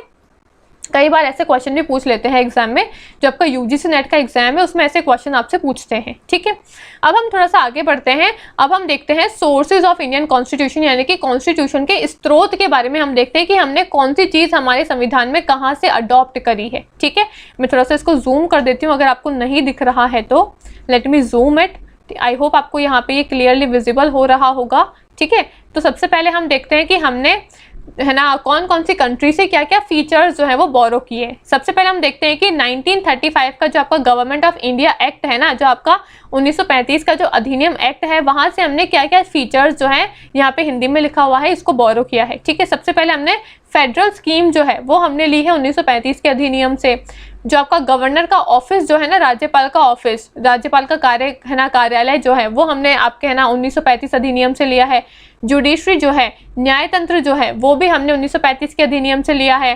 पब्लिक सर्विस कमीशन जो है, लोक सेवा आयोग, ये भी हमने 1935 के अधिनियम से लिया है। इमरजेंसी प्रोविजन जो है, आपातकालीन प्रावधान जो है, ये भी हमने 1935 का जो है ना आपका अधिनियम था वहां से ही लिया है। और एडमिनिस्ट्रेटिव डिटेल्स जो है वो भी हमने प्रशासनिक जो भी आपके विवरण है वो सारी चीजें भी हमने कहाँ से ली है, 1935 का जो गवर्नमेंट ऑफ इंडिया एक्ट था, 1935 का जो अधिनियम था, जो मैंने आपको पढ़ा भी दिया है, वहां से हमने ये सारी चीजों को बोरो किया है। ठीक है, तो इंडिया में अगर आपको आज की डेट में ये सारी चीजें देखने को मिलती है तो ये हमने कहाँ से बोरो करी है, ये हमने 1935 के अधिनियम से बोरो करी है। ठीक है, आई होप समझ में आ गया होगा। अब आगे देखते हैं, आगे बोला है ऑस्ट्रेलियन कॉन्स्टिट्यूशन, यानी कि ऑस्ट्रेलिया का जो कॉन्स्टिट्यूशन है आपका, ऑस्ट्रेलिया का जो संविधान है आपका, वहां से हमने क्या चीजें बोरो करी है। एक तो आपके पास में कॉन्करेंट लिस्ट है ना, कॉन्करेंट यानी कि आपकी समवर्ती सूची जो है वो हमने ली है कहाँ से, ऑस्ट्रेलिया से। अगर सवाल आ जाए कभी भी एग्जाम में कि हमने समवर्ती सूची जो है वो कहाँ से बोरो करी है, वो हमने बोरो करी है ऑस्ट्रेलिया के संविधान से। ठीक है, एक है आपके पास में freedom of trade, commerce and intercourse, ये इतना इंपॉर्टेंट नहीं है। एक है joint sitting of 2 houses of parliament. मैंने आपको बताया था कि पार्लियामेंट में है ना जॉइंट सिटिंग का प्रावधान दे रखा है कि संसद के दोनों सदन में संयुक्त बैठक का प्रावधान जो है वो आपका दे रखा है। तो ये जो संयुक्त बैठक वाला जो प्रावधान है ना, ये भी हमने कहाँ से लिया है, ऑस्ट्रेलिया के संविधान से ही लिया है। ठीक है, तो जो इंपॉर्टेंट पॉइंट है वो मैं आपको बता रही हूँ, इंपॉर्टेंट नहीं है वो हमको जानना भी नहीं, क्योंकि वो एग्जाम में नहीं आते हैं। जो एग्जाम में आते हैं, जो वाकई में इंपॉर्टेंट है, वो ही हम पढ़ेंगे। ठीक है, तो सबसे पहले हमने देख लिया कि भाई ऑस्ट्रेलिया के संविधान से हमने एक तो ली है समवर्ती सूची, एक लिया है आपका संयुक्त बैठक का जो प्रावधान है इंडिया के अंदर, वो भी हमने ऑस्ट्रेलिया के कॉन्स्टिट्यूशन से ही लिया हुआ है। ठीक है, अगला है आपका कैनेडियन कॉन्स्टिट्यूशन, यानी कि कनाडा का संविधान। हो सकता है आपको हिंदी वाला जो है वो थोड़ा सा नहीं विजिबल हो प्रॉपर्ली, पर मैं आपको यहाँ पे हिंदी में बोल के समझा रही हूँ, तो आई होप आपको समझ में आ रहा होगा कि समवर्ती सूची क्या होती है, संयुक्त बैठक क्या होती है। ठीक है, अब हमने तीसरा हम देखते हैं कनाडा के कॉन्स्टिट्यूशन से, कनाडा का जो संविधान है वहां से हमने क्या लिया है, तो फेडरेशन विद स्ट्रॉन्ग सेंटर, यानी कि जो आपका है ना एक मजबूत केंद्र के साथ संघ, संघवाद तो है परंतु संघवाद में सेंटर जो है, केंद्र की सरकार है, वो थोड़ी सी ज्यादा मजबूत है बजाय राज्य की सरकार की। ये हमने कहां से लिया है, कनाडा से लिया है। तो मैंने आपको क्लास की स्टार्टिंग में ये बता दिया था कि हमारे पास में फेडरल सिस्टम है, इंडिया जो है वो फेडरल सिस्टम को अपनाया हुआ है। ये फेडरल सिस्टम हमने कनाडा की सरकार से अपनाया है, यानी कि कनाडा के संविधान से अपनाया हुआ है। ठीक है, फिर है दूसरा wasting of residuary power in centre, यानी कि अवशिष्ट शक्तियों का केंद्र में निहित होना। जो आपकी रेसिडुअरी शक्तियां हैं, जो आपकी अवशिष्ट शक्तियां हैं, वो भी हमने कनाडा के संविधान से ली है। Appointment of the state governor bye centre, यानी कि केंद्र द्वारा राज्य के राज्यपालों की नियुक्ति। अलग अलग राज्य में जो राज्यपाल होते हैं उनकी नियुक्ति कौन करते हैं, केंद्र सरकार ही करती है, यानी कि राष्ट्रपति ही करते हैं। ये जो प्रावधान है ना, ये भी हमने कनाडा की सरकार से ही लिया है, कनाडा के संविधान से ही लिया है। ठीक है, फिर है आपका advisory jurisdiction of supreme court, सर्वोच्च न्यायालय का सलाहकार क्षेत्र अधिकार। ये मैंने आपको पढ़ाया था ना, सुप्रीम कोर्ट पढ़ाया, जब कि सुप्रीम कोर्ट को है ना, राष्ट्रपति को अगर कुछ भी एडवाइस लेना होता है तो वो सुप्रीम कोर्ट से ले सकते हैं। यानी कि हमने सलाहकार का जो क्षेत्र अधिकार है वो पढ़ा हुआ है। तो कि सलाहकार का क्षेत्र अधिकार क्या होता है, अगर राष्ट्रपति को कुछ भी सलाह लेनी होती है तो वो सुप्रीम कोर्ट से ले सकते हैं, परंतु ना ही ये बाध्यकारी है सुप्रीम कोर्ट पे, ना ही ये बाध्यकारी है आपका राष्ट्रपति पे, कि भाई राष्ट्रपति चाहे तो उनकी सलाह को मान सकते हैं, नहीं भी मान सकते हैं। सुप्रीम कोर्ट चाहे तो अपनी सलाह दे भी सकती है, नहीं भी दे सकती, दोनों पे किसी पे भी ये बाध्यकारी नहीं है। ठीक है, तो ये जो प्रावधान है आपका सलाहकार क्षेत्र अधिकार का जो प्रावधान है, ये भी हमने कनाडा के सरकार से ही, कनाडा के संविधान से ही लिया हुआ है। ठीक है, तो ये सारी चीजें हमने कहां से ली है, कनाडा से ली है। एक तो हमने लिया है क्या, एक मजबूत केंद्र के साथ में संघ वाला जो प्रावधान है वो लिया है। एक हमने लिया है अवशिष्ट शक्तियों का केंद्र में निहित होने वाला जो प्रावधान है वो लिया है। फिर एक हमने लिया है केंद्र द्वारा राज्य के राज्यपालों की जो नियुक्ति होती है उसका प्रावधान भी हमने कनाडा से लिया है। और सर्वोच्च न्यायालय का जो है ना सलाहकार का जो क्षेत्र अधिकार है वो भी हमने कनाडा के संविधान से ही लिया हुआ है। ठीक है, आगे देखते हैं आयरिश कॉन्स्टिट्यूशन, आयरलैंड का जो संविधान है वहां से हमने क्या चीजें बोरो करी है। सबसे पहले इंपॉर्टेंट है आपका डीपीएसपी, राज्य के जो नीति निर्देशक तत्व है, ये हमने कहां से लिया है, आयरलैंड के संविधान से लिया हुआ है। दूसरा है nomination of the member of Rajya Sabha, Rajya Sabha के लिए सदस्यों का नामांकन। राज्यसभा में 12 मेंबर्स जो है वो नॉमिनेट किए जाते हैं, है ना। तो ये जो नॉमिनेशन है ना राज्यसभा में, ये वाला जो प्रावधान है, जो आपके है ना राष्ट्रपति जो होता है वो 12 मेंबर्स को नॉमिनेट करता है, जो कि हर फील्ड में एक्सपर्ट होने चाहिए। मैंने सारा कुछ आपको पढ़ाया हुआ है ना। ये प्रावधान कहाँ से लिया है, आयरलैंड के संविधान से लिया है। एक है इलेक्शन ऑफ द प्रेसिडेंट, यानी कि राष्ट्रपति का जो इलेक्शन होता है, राष्ट्रपति का जो चुनाव होता है, उसकी जो विधि है ना, उसका जो मेथड है वो भी हमने कहाँ से लिया है, आयरलैंड के संविधान से ही लिया है। अब एक होमवर्क क्वेश्चन है आपका, HW नोट डाउन करके लिखो, मुझे कमेंट बॉक्स में बताना कि जो राष्ट्रपति का जो इलेक्शन होता है, चुनाव होता है, उसका नाम क्या है, वो हम कौन सी विधि से राष्ट्रपति का चुनाव करते हैं। ऑप्शन भी दे देती हूँ, एक है आपका first past the post system, एक है आपका है ना, एक है आपका first pass the post system, एक है आपका है ना इनडायरेक्ट तरीका जो होता है जिससे हम राष्ट्रपति का चुनाव करते हैं वो। ठीक है, तो आपको जो राष्ट्रपति का चुनाव करने वाला जो मेथड है, जो विधि है, उसका नाम आपको मेरे को कमेंट करके बताना है। ठीक है, नाम मैं आपको नहीं बताऊंगी वरना आपको पता चल जाएगा, वो नाम आपको मेरे को कमेंट करके बताना है। ठीक है, तो ये हमने आयरलैंड के संविधान से लिया है। अब अगला हम देखते हैं जापानीज कॉन्स्टिट्यूशन, यानी कि जापान के संविधान से क्या क्या चीजें ली है। प्रोसीजर इस्टेब्लिश्ड बाय लॉ, विधि द्वारा स्थापित प्रक्रियाएं जो है वो हमने लिया है कहाँ से, जापान से। ठीक है, आगे बढ़ते हैं। आगे क्या है आपका, आगे है सोवियत संघ, सोवियत यूनियन जो है आपका USSR, जिसको अभी हम है ना रशिया बोलते हैं। यहाँ से हमने क्या क्या चीजें ली है, फंडामेंटल ड्यूटीज ली है, मौलिक कर्तव्य जो है वो हमने USSR से लिए हैं, मैंने आपको बताया भी था जब है ना मौलिक कर्तव्य पढ़ाए थे तब। ठीक है, और एक है आपका आइडियल ऑफ जस्टिस, जो है ना आपका सोशल है ना इकोनॉमिक एंड पॉलिटिकल, जो आपका प्रियम्बल में जो बातें लिखी हुई ना कि प्रियम्बल क्या है, सोशल इकोनॉमिक पॉलिटिकल जस्टिस के बारे में हमने देखा है कि जस्टिस 3 प्रकार के हैं, सोशल इकोनॉमिक और पॉलिटिकल। तो ये जो आपकी प्रस्तावना के अंदर जो ये बातें बताई हुई है न्याय को लेकर, ये भी हमने कहाँ से लिया है, USSR से ही लिया है। ठीक है, आगे देखते हैं ब्रिटिश जो कॉन्स्टिट्यूशन है आपका, ब्रिटेन का जो संविधान है वहां से क्या क्या लिया है। वहां से भी हमने काफी चीजें ली है, जैसे कि पार्लियामेंट्री गवर्नमेंट हो गया, संघ है ना, जो आपका संसदीय सरकार जो है वो हमने लिया है ब्रिटेन से। रूल ऑफ लॉ जो है वो हमने ब्रिटेन से लिया है। लेजिस्लेटिव प्रोसीजर, जो हमारी विधायिका की जो प्रक्रिया है ना, जिस प्रकार से हमारे बिल वगैरह पास होते हैं, वो हमने ब्रिटेन से लिया है। एकल नागरिकता जो है भाई हमारे पास में, मैंने आपको समझाया कि एकल नागरिकता है, 2 नागरिकता नहीं है, तो ये जो एकल नागरिकता का जो प्रावधान है वो हमने लिया है ब्रिटेन से। कैबिनेट की जो प्रणाली है हमारे पास में वो भी हमने ब्रिटेन से ली है। प्रीरोगेटिव राइट जो है हमारे पास में वो भी हमने कहाँ से लिए है, ब्रिटेन से लिए है। पार्लियामेंट्री जो भी आपको विशेष अधिकार मिलते हैं संसद के अंदर, जो भी आपको विशेष अधिकार, जो भी आपको प्रिविलेजेस मिलते हैं वो हमने कहाँ से लिए हैं, ब्रिटेन से लिए हैं। और बाइकैमरलिज्म, यानी कि 2 सदन है ना हमारे पास में, लोकसभा राज्यसभा, तो द्विसदनात्मक जो आपका है ना प्रणाली है वो भी हमने कहाँ से लिया है, ब्रिटेन से ही लिया है। ठीक है, USA में भी आपको 2 सदन देखने को मिलेंगे और ब्रिटेन में भी आपको 2 सदन ही देखने को मिलेंगे। ठीक है, तो इंडिया में भी आपके पास में 2 सदन ही है। और ये बाइकैमरलिज्म जो है, द्विसदनात्मक प्रणाली जो है वो हमने कहाँ से ली है, UK से ली है, यानी कि ब्रिटेन से ली है। ठीक है, अब हमने अमेरिका से क्या क्या चीजें ली है। अमेरिका के संविधान से लिया है फंडामेंटल राइट्स, मौलिक अधिकार। मौलिक कर्तव्य कहाँ से लिए हैं, वो हमने लिए हैं कहाँ से, मौलिक कर्तव्य जो है वो हमने सोवियत यूनियन से लिए हैं। और मौलिक अधिकार जो है वो हमने अमेरिका से लिए हैं। ठीक है, DPSP कहाँ से लिए हैं, आयरलैंड से लिए हैं। ठीक है, तो ये सारी चीजें आपको पता होनी चाहिए, जो इंपॉर्टेंट वाली है वो तो एटलीस्ट पता होनी ही चाहिए। फिर इंडिपेंडेंस ऑफ जुडिशरी, न्यायपालिका की स्वतंत्रता का जो प्रावधान है कि न्यायपालिका जो है वो स्वतंत्र है, उस पर किसी भी, चाहे आपकी एग्जीक्यूटिव हो गई, चाहे आपकी लेजिस्लेचर हो गई, किसी का भी कोई भी जोर दबाव आपको नहीं देखने को मिलेगा। न्यायपालिका स्वतंत्र है, एकदम इंडिपेंडेंट है। तो वो जो प्रावधान है ना कि न्यायपालिका स्वतंत्र रहेगी, स्वतंत्र रूप से काम करेगी, वो हमने अमेरिका से लिया है। जुडिशियल रिव्यू आपको देखने को मिलेगा, न्यायिक समीक्षा आपको देखने को मिलेगी। न्यायिक समीक्षा क्या होती है, मैंने आपको ऑलरेडी सब कुछ समझाया हुआ है। ये जो प्रावधान है न्यायिक समीक्षा का, वो भी हमने कहाँ से लिया है, अमेरिका से लिया है। इम्पीचमेंट ऑफ प्रेसिडेंट, राष्ट्रपति के ऊपर हम महाभियोग जो है वो लगा सकते हैं। ठीक है, सेकेंड होमवर्क का क्वेश्चन है।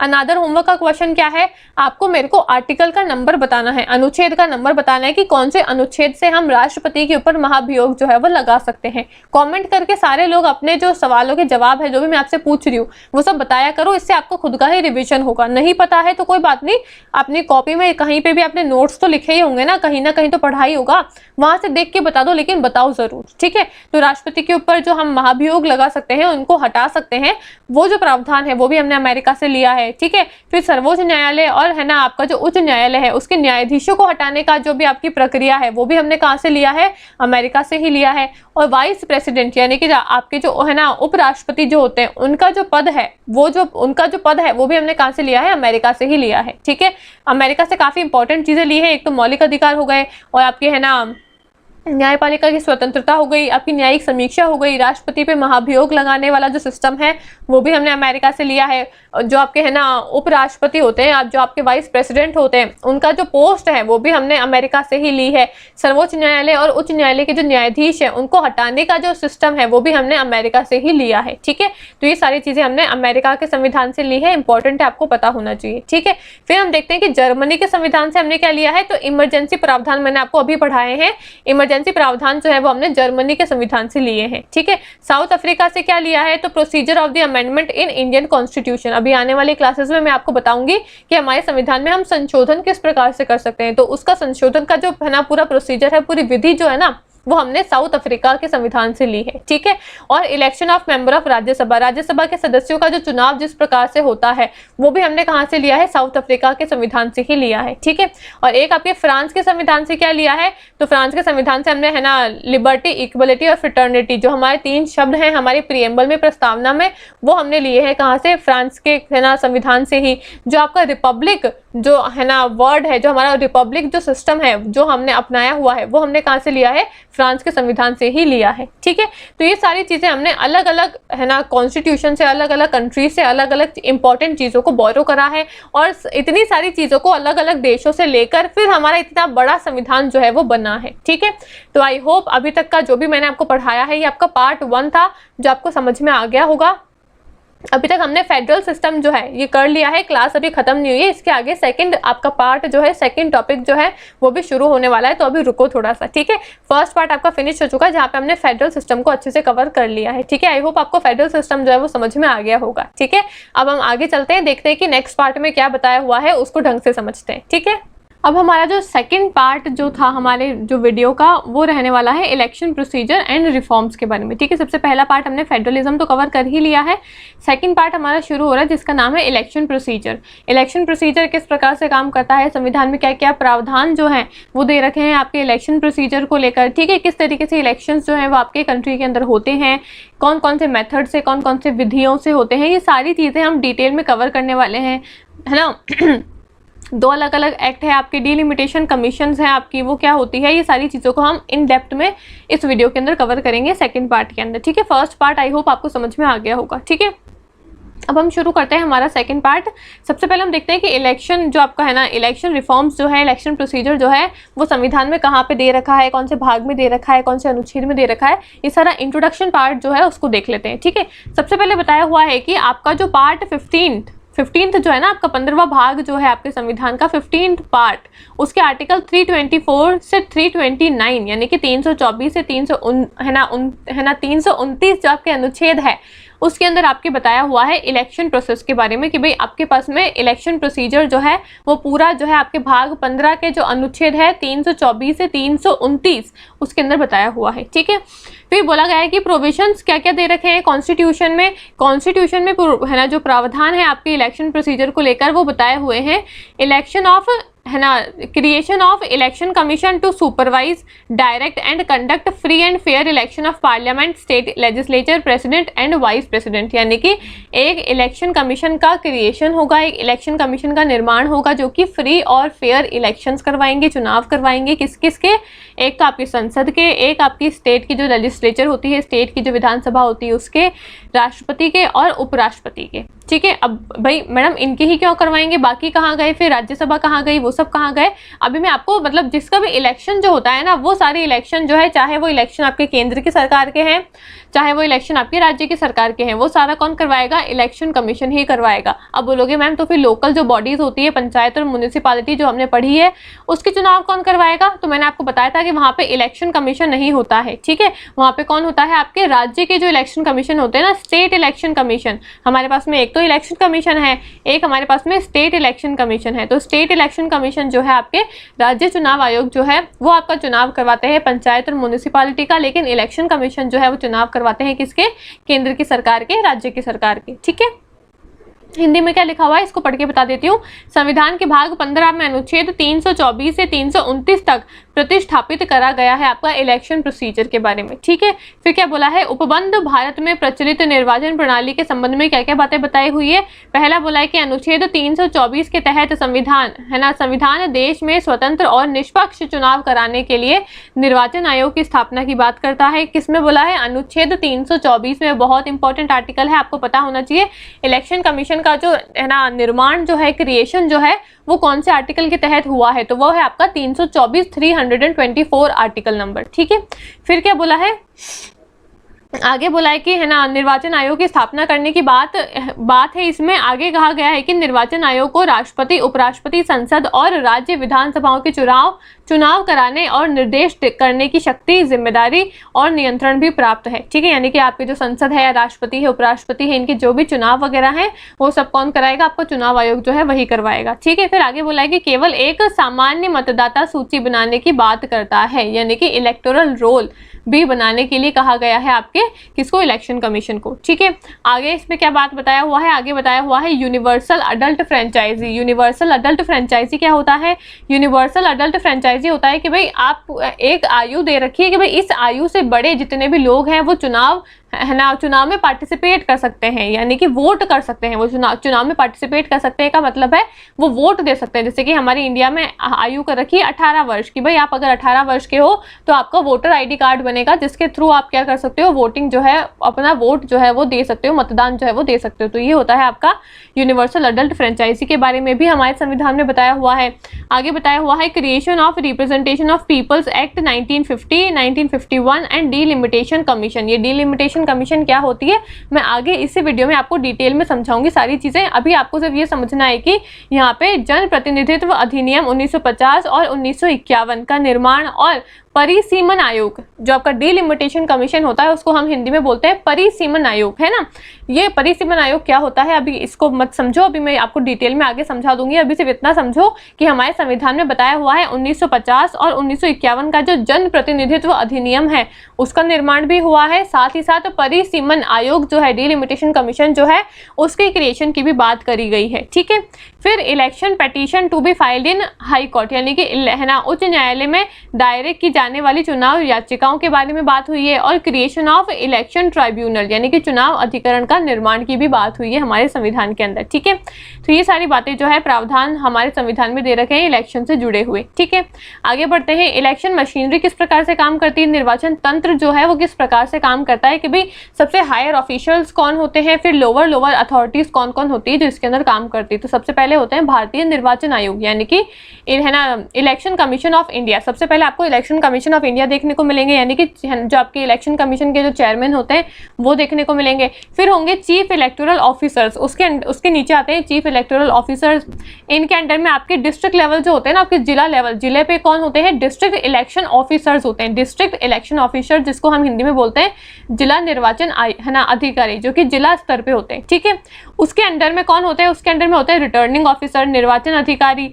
उसके अंडर में कौन होते हैं, इलेक्टोरल रजिस्ट्रेशन ऑफिसर, निर्वाचन पर है ना जो आपका पंजीयन अधिकारी जो होते हैं वो रिटर्निंग ऑफिसर्स के अंडर में काम करते हैं। फिर आते हैं आपके पास में presiding officer and polling officer, पीठासीन और मतदान अधिकारी, और फिर आते हैं आपके ऑब्जर्वर्स यानी कि पर्यवेक्षक। ठीक है, तो ये पूरी आपकी हायरार्की है, इस प्रकार से काम करती है कि सबसे नीचे सबसे लोअर लेवल पे कौन होते हैं, आपके ऑब्जर्वर्स होते हैं, आपके पर्यवेक्षक होते हैं, उससे ऊपर आपके प्रिसाइडिंग ऑफिसर और पोलिंग ऑफिसर आते हैं जिसको हम मतदान अधिकारी और पीठासीन अधिकारी भी जानते हैं। उससे ऊपर आपके आते हैं निर्वाचन पंजीयन अधिकारी यानी कि इलेक्टोरल रजिस्ट्रेशन ऑफिसर। फिर आते हैं आपके रिटर्निंग ऑफिसर यानी कि निर्वाचन अधिकारी। उससे ऊपर जिला लेवल आता है, जिले पे होते हैं जिला निर्वाचन अधिकारी, फिर आपके मुख्य निर्वाचन अधिकारी, और फिर भारतीय निर्वाचन आयोग यानी कि आपका chief election commission of India. ठीक है, आई होप ये आपकी पूरी मशीनरी जो है वो समझ में आ गई होगी। अब आपको अगर इनका और डिटेल में समझना है कि भाई ऑब्जर्वर का काम क्या होता है, रिटर्निंग ऑफिसर का काम क्या होता है, चीफ इलेक्टोरल ऑफिसर का काम क्या होता है, तो आप यहाँ पे गूगल पे इनको सर्च कर सकते हो कि भाई इन डेप्थ में इनके काम क्या क्या होते हैं। मैंने यहाँ पे सिंपली आपको एक मशीनरी के तौर पे समझाया कि भाई कौन किस प्रकार से काम करता है इलेक्शन कमीशन में। ठीक है, अब आगे चलते हैं, आगे इलेक्शन का प्रोसीजर देखते हैं। ये इंपॉर्टेंट है कि भाई निर्वाचन प्रक्रिया जो है वो किस प्रकार से होती है, चुनाव होते किस प्रकार से। ठीक है, सबसे पहले तो बोला है कि election after 5 year in normal cases. अगर नॉर्मल केसेस है तो लोकसभा राज्यसभा के चुनाव जो है वो हर 5 वर्ष में होने चाहिए। मैंने आपको ऑलरेडी बता दिया है कि लोकसभा और राज्यसभा नहीं, लोकसभा लोकसभा और राज्य की जो विधानसभाएं हैं उनके, क्योंकि राज्यसभा तो आपका परमानेंट हाउस है ना, तो उसके तो चुनाव होते ही नहीं है।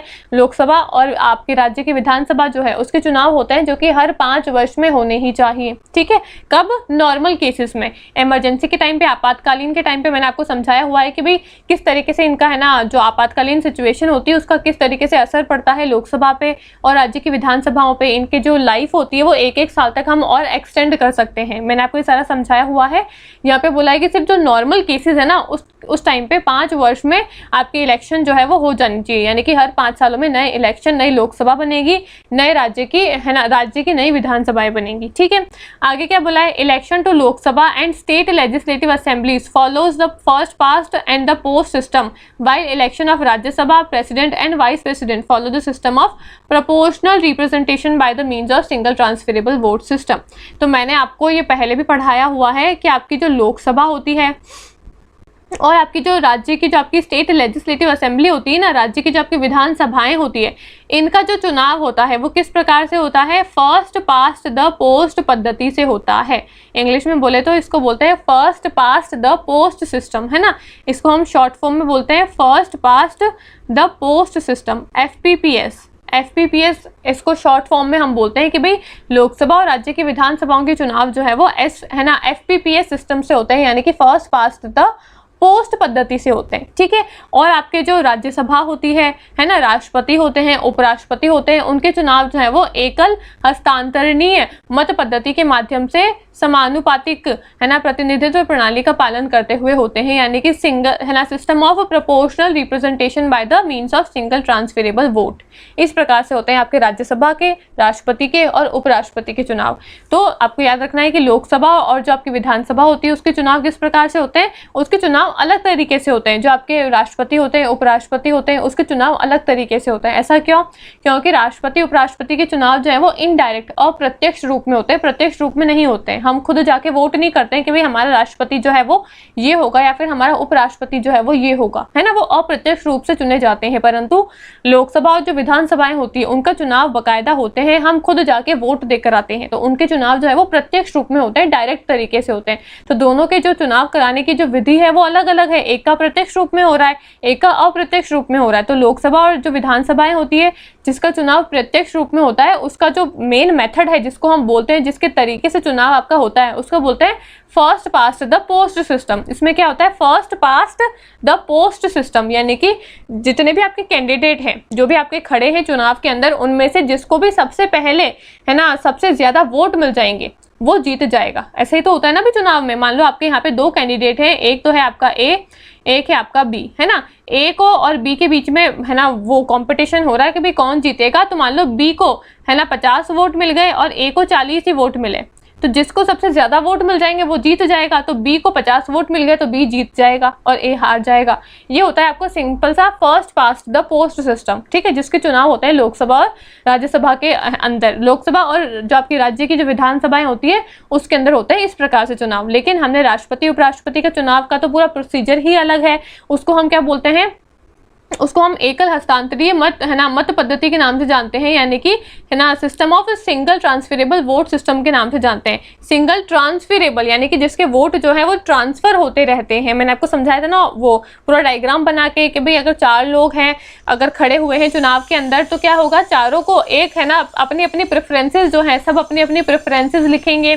फिर जो अगर सबसे कम नंबर यानी कि जिसको सबसे कम वोट मिलेंगे वो एलिमिनेट हो जाएगा, और ऐसे करते करते वोट जो है वो ट्रांसफर होते जाएंगे, और फिर जिसको सबसे ज्यादा वोट मिलेंगे वो जीत जाएगा। ठीक है, अगर आपने वो मेरा लेक्चर नहीं देखा है तो आप जाके देखना, जो मैंने राष्ट्रपति पढ़ाया है ना आपको जिस लेक्चर के अंदर, उस लेक्चर में मैंने आपको डिटेल में ये सारा प्रोसीजर समझाया कि राष्ट्रपति का चुनाव किस प्रकार से होता है।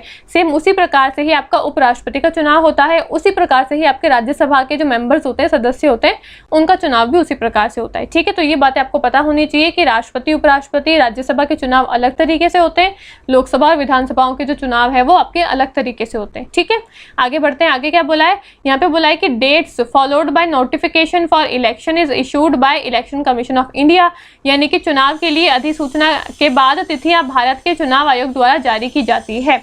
अब चुनाव किस तारीख पे होगा, उसकी तिथि जारी कौन करेगा भाई, तिथि जो है वो आपके चुनाव आयोग जो है इलेक्शन कमीशन ऑफ इंडिया जो है वही जारी करेंगे। ठीक है, तो सबसे पहले तो भाई 5 साल में चुनाव आपके होने ही चाहिए, आपकी लोकसभा के और विधानसभा के। फिर बता दिया कि भाई किस तरीके से किसके चुनाव होते हैं। अब चुनाव होने के बाद में फिर एक तिथि जो है वो निर्णय लेंगे, जो आपके है ना इलेक्शन कमीशन जो है आपकी चुनाव आयोग जो है वो ये तय करेगी कि भाई इस तिथि को 5 तारीख को 10 तारीख को जो भी उनको तारीख फिक्स करनी है कि इस तारीख को उनके चुनाव जो है वो होंगे, तो वो चुनाव की तारीख फिक्स कर लेते हैं। उसके बाद में क्या होता है, model code of conduct is in place, यानी कि आदर्श आचार संहिता जो है वो लागू हो जाती है। तो जैसे ही आपने देखा होगा, आपने ये सुना भी होगा कि भाई अब है ना आचार संहिता जो है वो लग गई, तो आचार संहिता में कुछ भी आपके है ना प्रोफेशनल काम जो है वो नहीं होते हैं। ठीक है, तो ये होती है आपकी मॉडल कोड ऑफ कंडक्ट, यानी कि जब से आपकी इलेक्शन की डेट वगैरह फाइनल हो जाती है तब से ही आपकी आचार संहिता जो है वो लग जाती है। ठीक है, फिर बोला है कि उसके बाद में क्या होता है, filing and scrutinising of nomination papers, यानी कि नामांकन पत्रों को भरना और उनकी जांच करना। फिर उसके बाद में जो भी पार्टिसिपेट कर रहे हैं वो क्या करते हैं, अपने नॉमिनेशन पेपर्स को फिल करते हैं, उन पेपर्स की जांच होती है। ठीक है, तो ये सारा प्रोसीजर होता है। उसके बाद में फिर क्या होता है, 2 weeks for election campaign till 48 hours silence period before the polling starts till the result, यानी कि चुनाव परिणाम आने से पहले चुनाव प्रचार के लिए 24 घंटे मौन अवधि, जिसको हम इंग्लिश में साइलेंस पीरियड के नाम से जानते हैं, तक 2 सप्ताह का समय दिया जाता है। यानी कि जब से आपके चुनाव होने वाले हैं, ठीक है, तो उस है ना जब आपके चुनाव होने वाले हैं उसके 2 सप्ताह से पहले आपके 48 आवर्स तक का एक साइलेंस पीरियड जो है वो लगता है। उस साइलेंस पीरियड में आप कोई भी कैंपेन वगैरह नहीं कर सकते हो। जैसे कि होता है ना भाई, अलग अलग पार्टियां जो है वो अपने प्रचार प्रसार करती रहती है, अपना एडवर्टीजमेंट देती रहती है। तो ये जो साइलेंस पीरियड होता है ना, इस साइलेंस पीरियड में कोई भी जो पार्टी है, चाहे वो कितनी भी बड़ी पार्टी हो, कोई भी पार्टी अपना चुनाव प्रसार जो है वो नहीं कर सकती है। मतलब अपना एडवर्टीजमेंट जो है वो अपना प्रचार प्रसार नहीं कर सकती है कि भाई आप हमको वोट दो, हम आपकी ये कर देंगे, हम आपके लिए वो कर देंगे, ये स्कीम लेकर आ जाएंगे, हेल्थ में ये करेंगे, एजुकेशन में ये करेंगे। अलग अलग जो आपकी पार्टीज होती है वो ऐसे सब कुछ बोलती रहती है जनता को उनसे वोट लेने के लिए।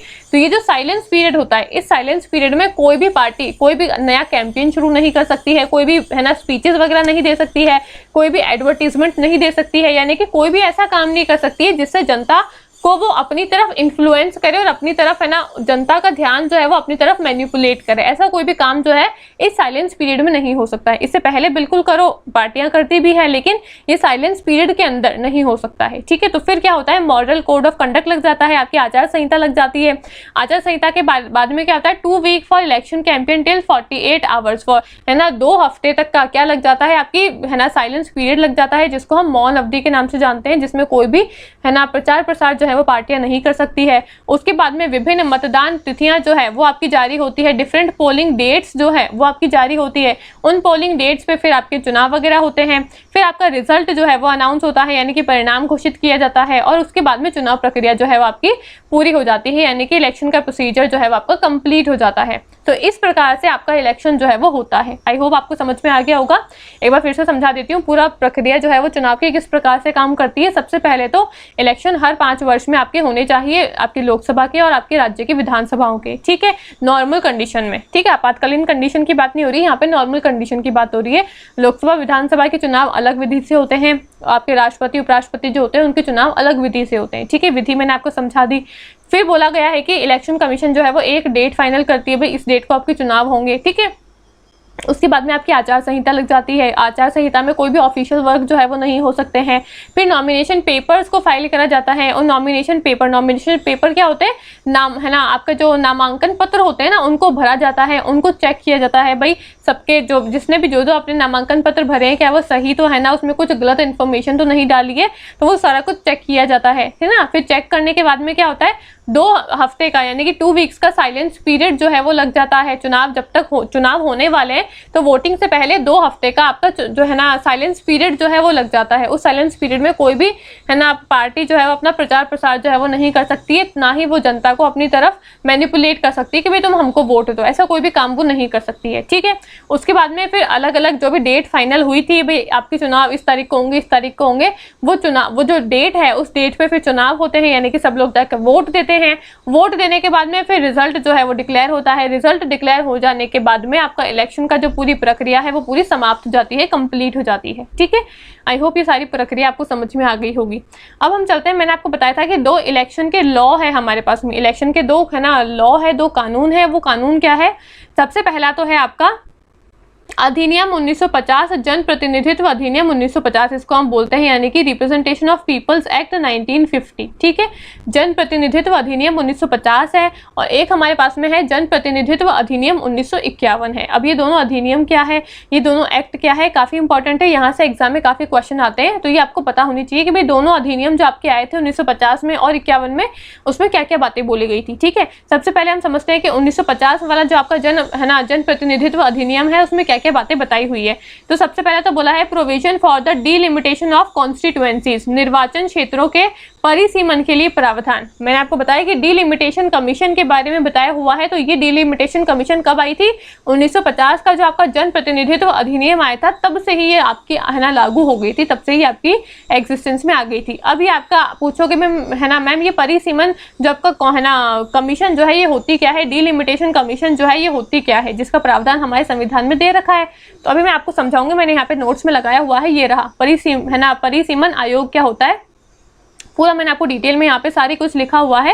मैं आपको सब कुछ बहुत ही अच्छे से समझा दूंगी। अभी ये सिर्फ ये समझो कि 1950 का जो आपका जन प्रतिनिधित्व अधिनियम आया था उसके तहत एक प्रावधान लेकर आए थे जिसमें ये बोला गया था कि डीलिमिटेशन कमीशन जो है वो आपकी होनी चाहिए, ठीक है।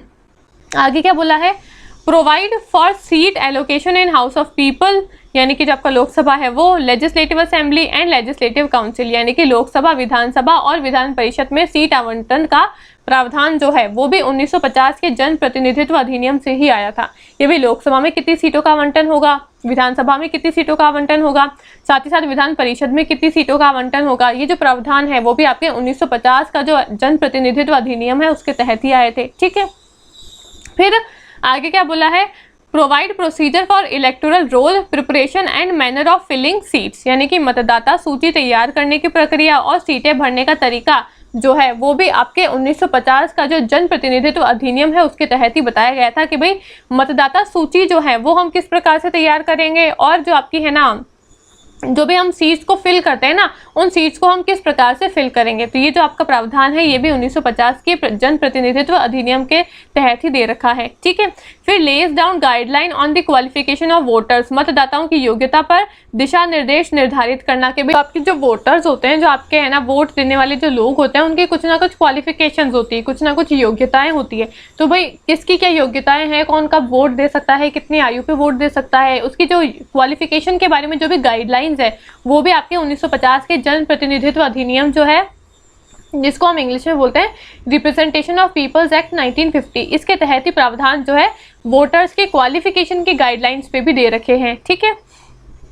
आगे क्या बोला है? Provide appointment of chief electoral officer, district election officer है ना, और इलेक्टोरल रजिस्ट्रेशन ऑफिसर, यानी कि मुख्य निर्वाचन अधिकारी, जिला निर्वाचन अधिकारी, साथ ही साथ निर्वाचक रजिस्ट्रीकरण अधिकारी की नियुक्ति का प्रावधान जो है वो भी आपके 1950 का जो जन प्रतिनिधित्व अधिनियम है उसके तहत ही बताया हुआ है। तो 1950 का जो आपका रिप्रेजेंटेशन ऑफ पीपल्स एक्ट है ना वो काफी इंपॉर्टेंट है, उसमें काफी सारे अलग अलग प्रावधान जो है वो आपके दे रखे हैं, ठीक है। एक बार फिर से बता देती हूँ क्या दे रखा है। एक तो डीलिमिटेशन कमीशन के बारे में बताया हुआ है, एक आपका बताया हुआ है कि जो आपकी लोकसभा है, विधानसभा जो है, विधान परिषद जो है, इनकी सीटों का आवंटन जो है वो किस प्रकार से होगा, सीट का एलोकेशन जो है वो किस प्रकार से होगा, उसके बारे में प्रावधान दे रखा है 1950 के जो एक्ट है उसके तहत ही, ठीक है। साथ ही साथ मतदाता सूची को हम किस प्रकार से तैयार करेंगे और सीटों को किस प्रकार से भरेंगे, यानी कि सीटों का जो फिलिंग है वो किस प्रकार से होगी, वो भी 1950 के एक्ट के तहत ही बताया था। ठीक है। फिर जो आपके मतदाता होते हैं उनकी योग्यता क्या रहेगी, उसके बारे में जो भी गाइडलाइंस है ना, वो भी आपके 1950 के एक्ट के तहत ही बताई हुई है। साथ ही साथ जो आपके निर्वाचन अधिकारी जो होते हैं, जो आपके है ना जिला के निर्वाचन अधिकारी जो होते हैं और निर्वाचक रजिस्ट्रीकरण अधिकारी जो हैं, उनकी नियुक्ति के बारे में भी जो प्रावधान है वो भी आपके 1950 का जन प्रतिनिधित्व अधिनियम जो है, यानी कि रिप्रेजेंटेशन ऑफ पीपल्स एक्ट 1950 जो है, इसके तहत ही ये सारी बातें जो है वो बताई हुई है। ठीक है। एक और आपका है ना एक्ट आता है जिसका नाम है 1951 जन प्रतिनिधित्व अधिनियम, यानी कि 1951 का रिप्रेजेंटेशन ऑफ पीपल्स एक्ट। अब ये 51 वाला जो अधिनियम है, इसके तहत क्या क्या कानून बताए हुए हैं उसको भी पढ़ लेते हैं, वो भी इंपॉर्टेंट है। ठीक है। तो सबसे पहले बोला है कि it regulate the actual conduct of election and by election, यानी कि यह चुनावों और उपचुनावों के वास्तविक संचालन को नियंत्रित करता है। जो भी चुनाव आपके होते हैं या जो भी आपके बाय इलेक्शन, जो भी आपके उपचुनाव होते हैं, वो होने किस प्रकार से हैं, यानी कि किस प्रकार से उनका संचालन होगा, उसका नियंत्रण जो है वो कैसे होगा, वो प्रावधान जो है वो 1951 के अधिनियम के तहत बताया हुआ है। ठीक है। अब बच्चों के मन में कंफ्यूजन होगा कि मैम यहाँ पे इलेक्शन है, यहाँ पे बाय इलेक्शन है, यानी कि यहाँ पे तो आपके चुनाव है, यहाँ पे आपके उपचुनाव है। उपचुनाव का मतलब क्या होता है, ये बाय इलेक्शन जो है इसका मतलब क्या होता है? तो बाय इलेक्शन का मतलब होता है, एक तो आपके इलेक्शन होते हैं, है ना, इलेक्शन तो भाई लोकसभा है, आपकी विधानसभा है, तो इसका हमने बताया हुआ है कि कार्यकाल है 5 वर्ष, यानी कि हर 5 साल में आपके लोकसभा के चुनाव होंगे ही होंगे। ठीक है। ये क्या है, ये आपका चुनाव है, ये आपकी है ना मतलब इलेक्शंस है ये तो।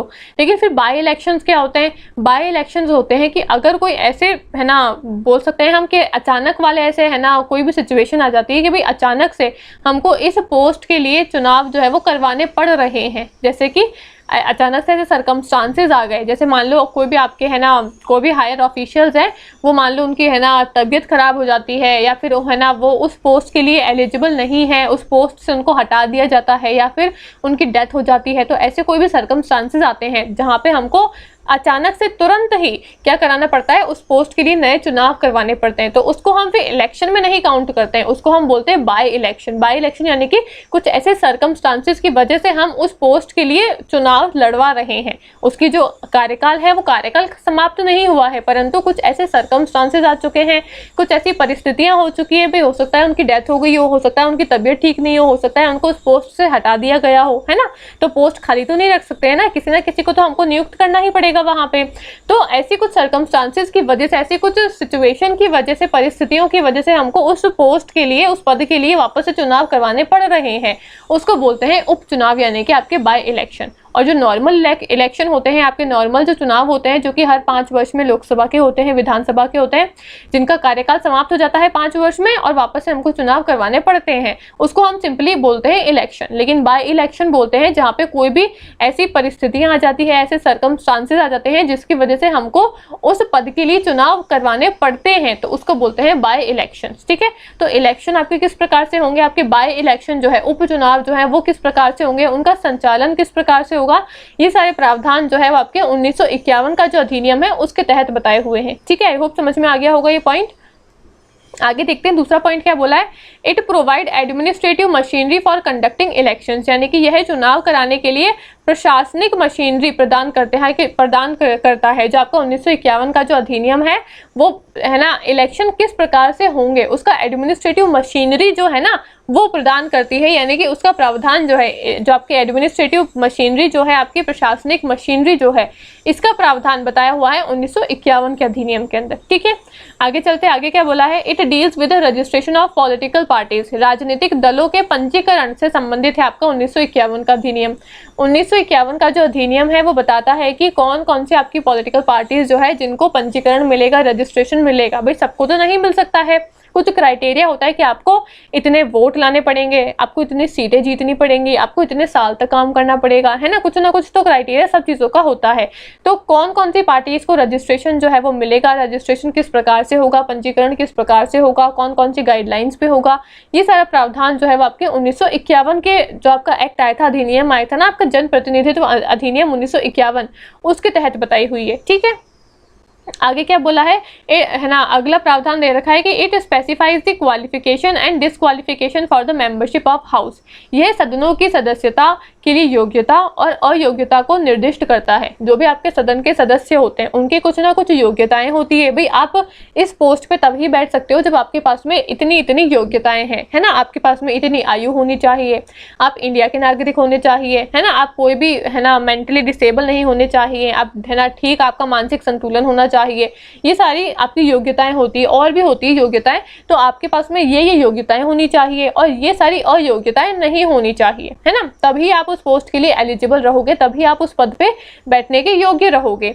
तो आपके जितने भी, है ना, जो आपके, है ना, सदन होते हैं उसके जितने भी सदस्य होते हैं उनकी कुछ ना कुछ योग्यताएं होती है, कुछ अयोग्यताएं भी होती है ना। अयोग्यताएं अगर पाई गई तो उनको हटा दिया जाता है उनकी पोस्ट से, और योग्यताएं अगर होती है तब उनको उस पोस्ट पे, है ना, इलेक्ट करके चुन लेते हैं हम। तो क्या योग्यताएं रहेंगी, क्या अयोग्यताएं रहेंगी, इसका प्रावधान भी आपके 1951 का जो अधिनियम है उसके तहत बताया हुआ है। ठीक है, आगे क्या बोला है, it provide provision to curb corrupt practices and other offences. यह भ्रष्ट आचरण और अन्य अपराधों को रोकने के प्रावधान भी प्रदान करता है।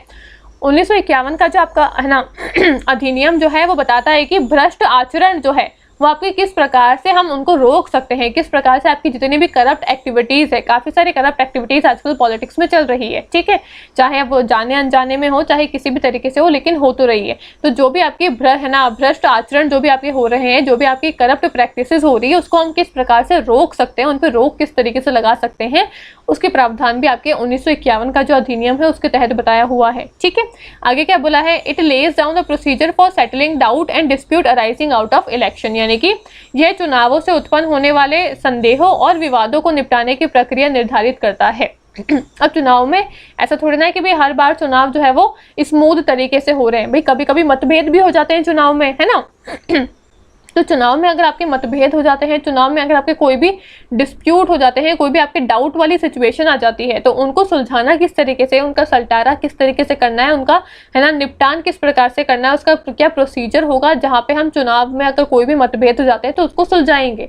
तो वो जो पूरा प्रोसीजर है उसका प्रावधान भी आपके 1951 का जो जन प्रतिनिधित्व अधिनियम है उसके अंदर ही बताया हुआ है। ठीक है, तो ये सारे आपके प्रावधान है जो भी आपके 1951 का जो जन प्रतिनिधित्व अधिनियम आया था, यानी कि, है ना, रिप्रेजेंटेशन ऑफ पीपल्स एक्ट आपका 1951 के अंदर जो आया था उसके अंदर बताए हुए हैं। ठीक है, तो 1950 में क्या क्या प्रावधान आए थे वो मैंने आपको बता दिए, 1951 में क्या क्या प्रावधान आए थे वो मैंने आपको बता दिए। एक बार फिर से रिवाइज करवा देती हूँ। 1951 वाले सबसे पहले तो है आपकी इलेक्शन और बाय इलेक्शन जो होते हैं, आपके चुनाव और उपचुनाव होते हैं, उनका संचालन किस प्रकार से करना है उसका प्रावधान आपके 1951 के अधिनियम में दे रखा है ना। दूसरा मैंने बताया था आपको एडमिनिस्ट्रेटिव मशीनरी के बारे में, यानी कि प्रशासनिक मशीनरी जो है वो किस प्रकार से काम करती है चुनाव की, उसका प्रावधान आपके 1951 के अधिनियम में दे रखा है। तीसरा है आपके, है ना, पॉलिटिकल पार्टीज के रजिस्ट्रेशन से जुड़ा हुआ, यानी कि राजनीतिक दल जो होते हैं उनका पंजीकरण जो है उससे संबंधित अधिनियम जो है वो भी आपके 1951 के अधिनियम में ही दे रखा है। ठीक है, फिर आगे क्या बोला है, आपके जो भी क्वालिफिकेशन और जो भी डिसक्वालिफिकेशन होती है सदस्यों की, जो आपके सदस्य होते हैं उनकी जो भी आपकी योग्यताएं और अयोग्यताएं होती है ना, उसका जो प्रावधान है वो भी आपके 1951 के अधिनियम में दे रखा है। ठीक है, ठीक है, तो जो भी आपका क्वालिफिकेशन डिसक्वालिफिकेशन होती है वो, है ना, जो भी आपके सदस्य होते हैं उनके क्वालिफिकेशन यानी कि योग्यताएं और अयोग्यताएं जो है आपकी डिसक्वालिफिकेशन जो है उसका प्रावधान 1951 के अधिनियम में दे रखा है। ठीक है, आगे है कि जो भी आपके करप्ट प्रैक्टिसेस होती है, जो भी आपके भ्रष्ट आचरण वगैरह होते हैं, जो भी आपके अन्य अपराधों को हम किस प्रकार से रोक सकते हैं उसके प्रावधान भी आपके 1951 के जन प्रतिनिधित्व अधिनियम के अंदर दे रखे हैं। और लास्ट में बोला है कि चुनाव से उत्पन्न होने वाले कोई भी अगर संदेह होते हैं, कोई भी अगर विवाद होते हैं, तो उनका निपटारा किस प्रकार से करना है, उनका निपटान किस प्रक्रिया से हमको करना है, उसका प्रावधान भी 1951 का जो अधिनियम है आपका, जिसको हम जन प्रतिनिधित्व अधिनियम के नाम से जानते हैं, यानी कि रिप्रेजेंटेशन ऑफ पीपल्स एक्ट के नाम से जानते हैं, उसके अंदर दे रखा है। ठीक है, तो ये सारे प्रावधान जो है वो आपके 1951 के अधिनियम में दे रखे हैं। ये सारे प्रावधान जो है वो आपके 1950 के अधिनियम में दे रखे हैं। 2 कानून आए थे इलेक्शन से जुड़े हुए, एक आया था 1950 के अंदर, उसमें ये सारी बातें बताई थी, एक आया था 1951 में, उसमें ये सारी बातें बताई थी। ठीक है, तो आई होप आपको दोनों ही कानून समझ में आ गए होंगे, दोनों ही लॉ समझ में आ गए होंगे। काफी इंपॉर्टेंट है, आपसे एग्जाम में पूछ लेंगे भाई, 4 आपको ऑप्शन दे देंगे, पूछेंगे बताओ इनमें से कौन सा 1950 के अधिनियम में आपसे है ना अधिनियम के अंदर बताया हुआ है, आपको पता होगा तभी आप बता पाओगे, तो आपको ये सारा कुछ याद रखना है, ठीक है। अब हम आगे करते हैं, आपका परिसीमन आयोग जो है, आपका डीलिमिटेशन कमीशन जो है, जो कि बार बार आपका वर्ड आ रहा है।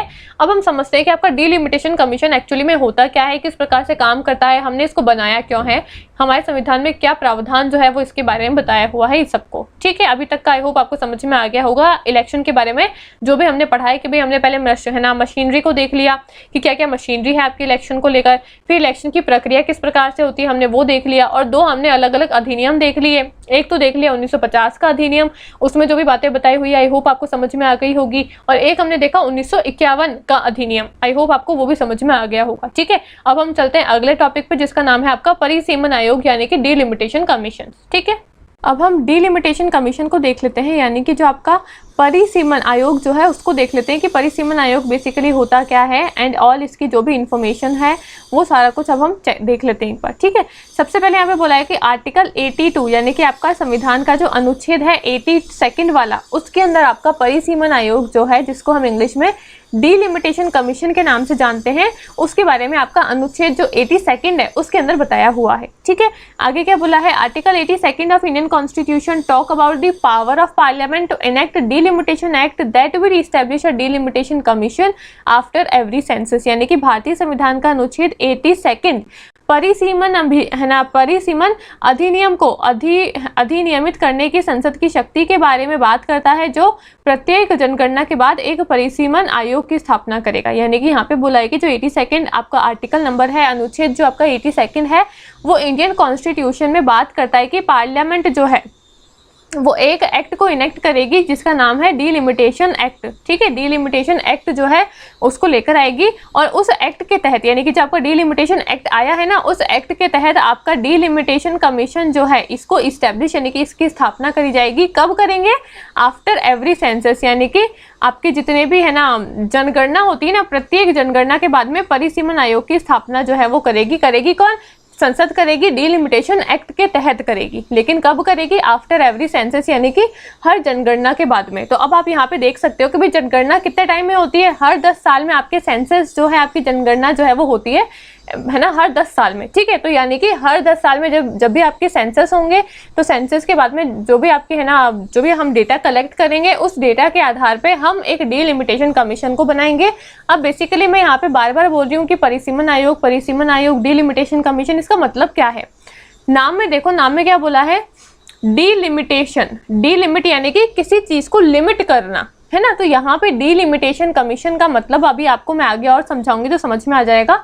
यहाँ पे मैं आपको सिंपल सा बता देती हूँ, हमारी जो पार्लियामेंट है वहाँ पे डिफरेंट कॉन्स्टिट्यूएंसी से अलग अलग सदस्य जो है वो चुन के हमारी लोकसभा में आते हैं, ठीक है। अब लोकसभा में आते हैं अलग अलग सदस्य, तो ऐसा बोला जाता है कि भाई नॉर्थ जो आपके है ना, जितने भी नॉर्दर्न आपके जो स्टेट्स हैं, या फिर जितने भी आपके सर्दर्न स्टेट्स हैं, वहाँ पे बोला जाता है कि सर्दर्न स्टेट्स से जो भी आपके लोग आते हैं आपकी संसद के अंदर, वो कम रिप्रेजेंट होते हैं बजाय आपके नॉर्दर्न स्टेट्स के। यानी कि ये बोला जाता है कि नॉर्दर्न स्टेट्स के जो भी आपके है ना सदस्य हैं, उनका रिप्रेजेंटेशन, उनका प्रतिनिधित्व संसद में ज्यादा होता है बजाय आपके सर्दर्न राज्यों के, ठीक है। तो इन सबको देखने के लिए, इन सबको सुलझाने के लिए कि भाई ऐसा कैसे हो सकता है कि भाई किसी राज्य से तो काफी सारे लोग जो हैं वो आपके संसद में है ना पार्टिसिपेट कर रहे हैं, कुछ राज्य से कम लोग जो हैं वो आपके संसद के अंदर पार्टिसिपेट कर रहे हैं, तो ये तो इक्वल जो आपका प्रतिनिधित्व है वो इक्वल नहीं है ना, यहाँ पे तो जो रिप्रेजेंटेशन है वो इक्वल नहीं है।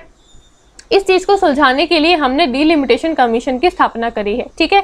अब ये डीलिमिटेशन कमीशन ने क्या करा है, डीलिमिटेशन कमीशन जो है, अभी आगे हम और भी देखते हैं इसके बारे में क्या बोला है। यहाँ पे बोला है कि this delimitation commission demarcate the boundaries of parliamentary constituencies as per the provision of delimitation act, यानी कि यह परिसीमन आयोग परिसीमन अधिनियम के प्रावधानों के अनुसार संसदीय निर्वाचन क्षेत्रों की सीमाओं का सीमांकन करता है कि भाई इतने राज्य से इतने लोग आएंगे, इस राज्य से इतने लोग आएंगे। अब आप देखोगे भाई ऐसा क्यों कर रहे हैं हम बार बार, भाई ऐसे करने की जरूरत क्या पड़ गई है, जरूरत ये पड़ी कि मैंने बोला हर सेंसस के बाद में आपकी परिसीमन आयोग जो है उसकी स्थापना होगी, उसका गठन जो है वो हम करेंगे आफ्टर एवरी सेंसस, यानी कि हर जनगणना के बाद में, है ना।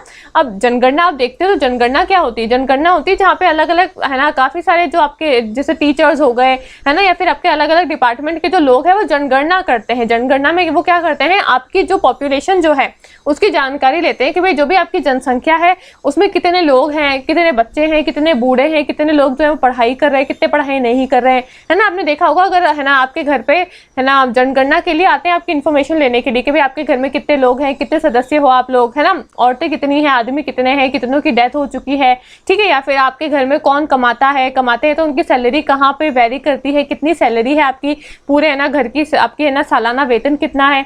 तो ये सारी इन्फॉर्मेशन जो है वो लेकर सरकार के पास में जब्त रहती है कि भाई इतने इतने लोग हैं हमारी कंट्री के अंदर, इतने लोग जो है वो है ना बेरोजगार है, इतनों के पास में रोजगार है, इतनों की इतनी सैलरी है, एवरेज सैलरी जो है वो आपकी इतनी है, इतने लड़के हैं, इतनी लड़कियां हैं। तो ये सारा डेटा जो है वो हमको पता कैसे चलता है, हमको जनगणना के माध्यम से ही तो पता चलता है ना, सेंसस के माध्यम से ही तो पता चलता है।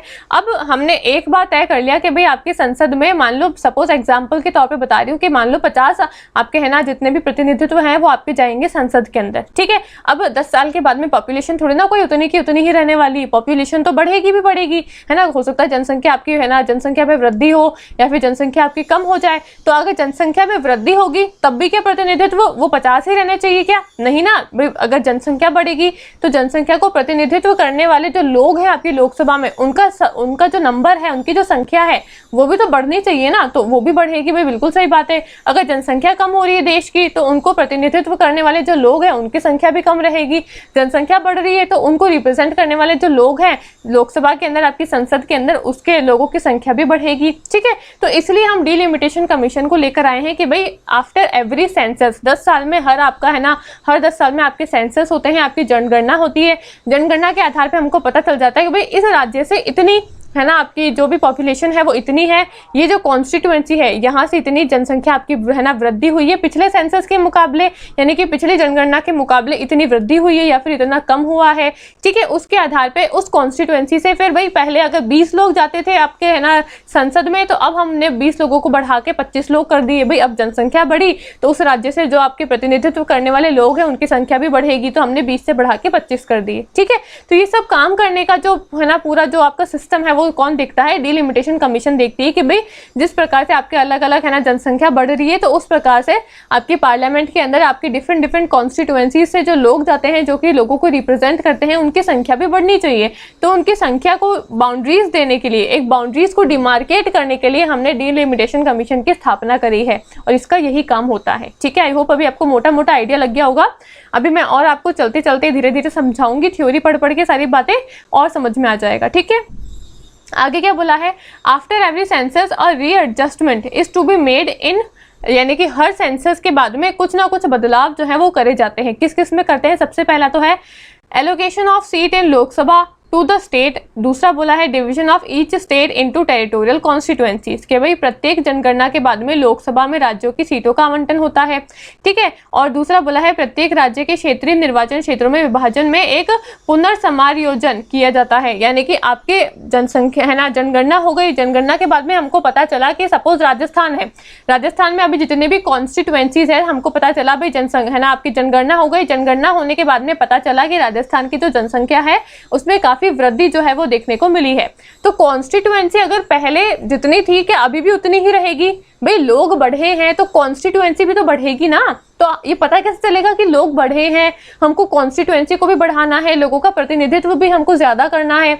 अब अगर जनसंख्या बढ़ रही है राजस्थान की तो राजस्थान को प्रतिनिधित्व करने वाले जो लोग आपके संसद में बैठे हैं वो भी तो ज्यादा लगेंगे ना। पहले मान लो राजस्थान की जो जनसंख्या है वो कम थी, फिर हमने सेंसस करा, सेंसस करने के बाद में हमको पता चला कि भाई पहले के मुकाबले अब जनसंख्या जो है वो आपकी बढ़ी है राजस्थान की। तो पहले अगर मान लो संसद में राजस्थान से एग्जाम्पल देके बता रही हूँ, ये मत सोचना कि मैं पक्का आंकड़ा बता रही हूँ। मान लो अगर लोकसभा में आपके 20 लोग जाते हैं, है ना, 20 या 25 लोग जाते हैं आपके लोकसभा में राजस्थान से, तो अब जनसंख्या अगर बढ़ी है तो अब ज्यादा लोग जाएंगे ना, 25 के बजाय अब 30 लोग जाएंगे, है ना। ज्यादा पॉपुलेशन बढ़ेगी तो रिप्रेजेंट करने वाले लोग भी ज्यादा होंगे संसद में। तो ये सब काम करने का जो भी आपका है ना सिस्टम है, जो भी ये है ना सारी चीजों को देखभाल करता कौन है? आपकी डिलिमिटेशन कमीशन देखती है, परिसीमन आयोग इन सब चीजों को देखता है कि भाई सेंसस हो रहा है, सेंसस के बाद में इतनी आपकी है ना जानकारी हमको मिली है, तो इसके आधार पे इतनी कॉन्स्टिट्यूएंसी का नंबर जो है वो बढ़ना चाहिए या फिर कम होना चाहिए। आपको रिप्रेजेंट करने वाले जो लोग हैं लोकसभा में, राज्यसभा में, जो भी आपके संसद में जो भी लोग बैठे हैं जो कि अलग अलग राज्यों को रिप्रेजेंट कर रहे हैं, उनका जो नंबर है, उनकी जो संख्या है वो घटनी चाहिए, वृद्धि होनी चाहिए।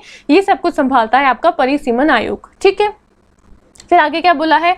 Parliament is empowered to determine the authority and the manner in which it is to be made. अब डिलिमिटेशन कमीशन को बनाएगा कौन? संसद ही बनाएगी, पार्लियामेंट ही बनाएगी आफ्टर एवरी सेंसस, ठीक है।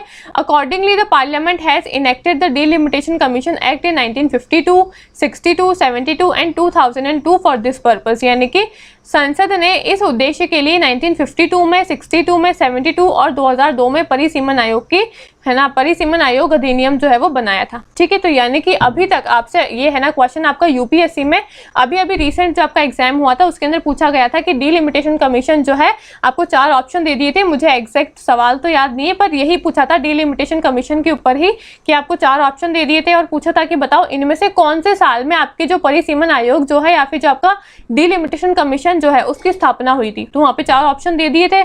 अब जिसको ये पढ़ा होगा जिसने उसको पता होगा 52 में, 62 में, 72 में और 2002 में। अभी तक सिर्फ और सिर्फ भारत में 4 बार डिलिमिटेशन कमीशन जो है उसकी स्थापना करी थी संसद ने।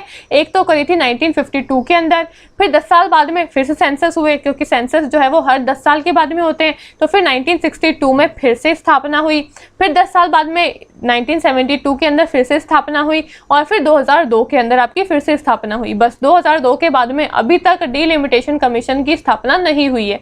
क्यों नहीं हुई है भाई? सेंसस तो हो चुके हैं ना, तो फिर क्यों नहीं हुई? इसकी भी कहानी मैं आपको अभी समझाती हूँ आगे, ठीक है। तो अगर दोबारा से ये किसी भी एग्जाम में क्वेश्चन आता है, चाहे यूपीएससी में आता है, चाहे यूजीसी नेट में आता है, चाहे आपकी स्टेट पीसीएस में आता है कि डिलिमिटेशन कमीशन की स्थापना कितनी बार हो चुकी है और कितने सालों में हो चुकी है, तो 4 बार हुई है। कौन कौन से साल है? 1952, 1962, 1972 और 2002, ठीक है। क्योंकि मैं बार बार इस पे इसलिए जोर दे रही हूँ क्योंकि अभी रिसेंट यूपीएससी के एग्जाम में ये क्वेश्चन पूछा है आपसे, ठीक है। आई होप इतना समझ में आ गया होगा आपको। आगे चलते हैं। अब यहाँ पे बोला है कि आपका एक 42nd अमेंडमेंट एक्ट हुआ था 1976 में, है ना। 1976 में आपका 42वां संशोधन अधिनियम जो है वो आया था। उसके तहत क्या बदलाव हुए? उसके तहत हमने करा froze the allocation of seat in Lok Sabha to the state and the division of each state into territorial constituencies till the year 2000 at the 1971 level. This ban on readjustment was extended for another 25 years, that is 2026 by 84th Amendment Act 2001, ठीक है। With the same objective of encouraging population limiting measures। यानी कि ये पूरे paragraph में क्या बताया हुआ है आपका, है ना, हिंदी में पढ़ देती हूँ फिर समझा दूंगी, ठीक है। 1976 के 42वें संशोधन अधिनियम में 1971 के स्तर पर वर्ष 2000 तक राज्यों को लोकसभा में सीटों के आवंटन और प्रत्येक राज्य के क्षेत्रीय निर्वाचन क्षेत्रों में विभाजन को रोक दिया, ठीक है।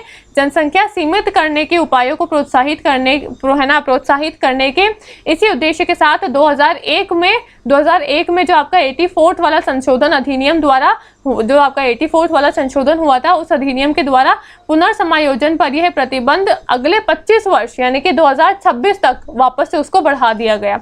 अब ये बात क्या है, क्या बढ़ा रहे हैं, क्या लगा रहे हैं, समझ नहीं आ रहा है। मैं समझाती हूँ आपको। 42nd वाला हमने शहना संशोधन अधिनियम किया था 1976 के अंदर, ठीक है। यहाँ पे देखो मैंने आपको बताया है 1952 में हमारा डिलिमिटेशन कमीशन आई थी, परिसीमन आयोग 1952 में आई है, 62 में आई है, 72 में आई है और 2002 में आई है, ठीक है। अब 72 में आपकी जो परिसीमन आयोग आई थी उसके बाद में 76 आया था आपका, है ना। 1972 के बाद में 1976 आया जहाँ पे हमने 42nd वाला संशोधन अधिनियम लेकर आए।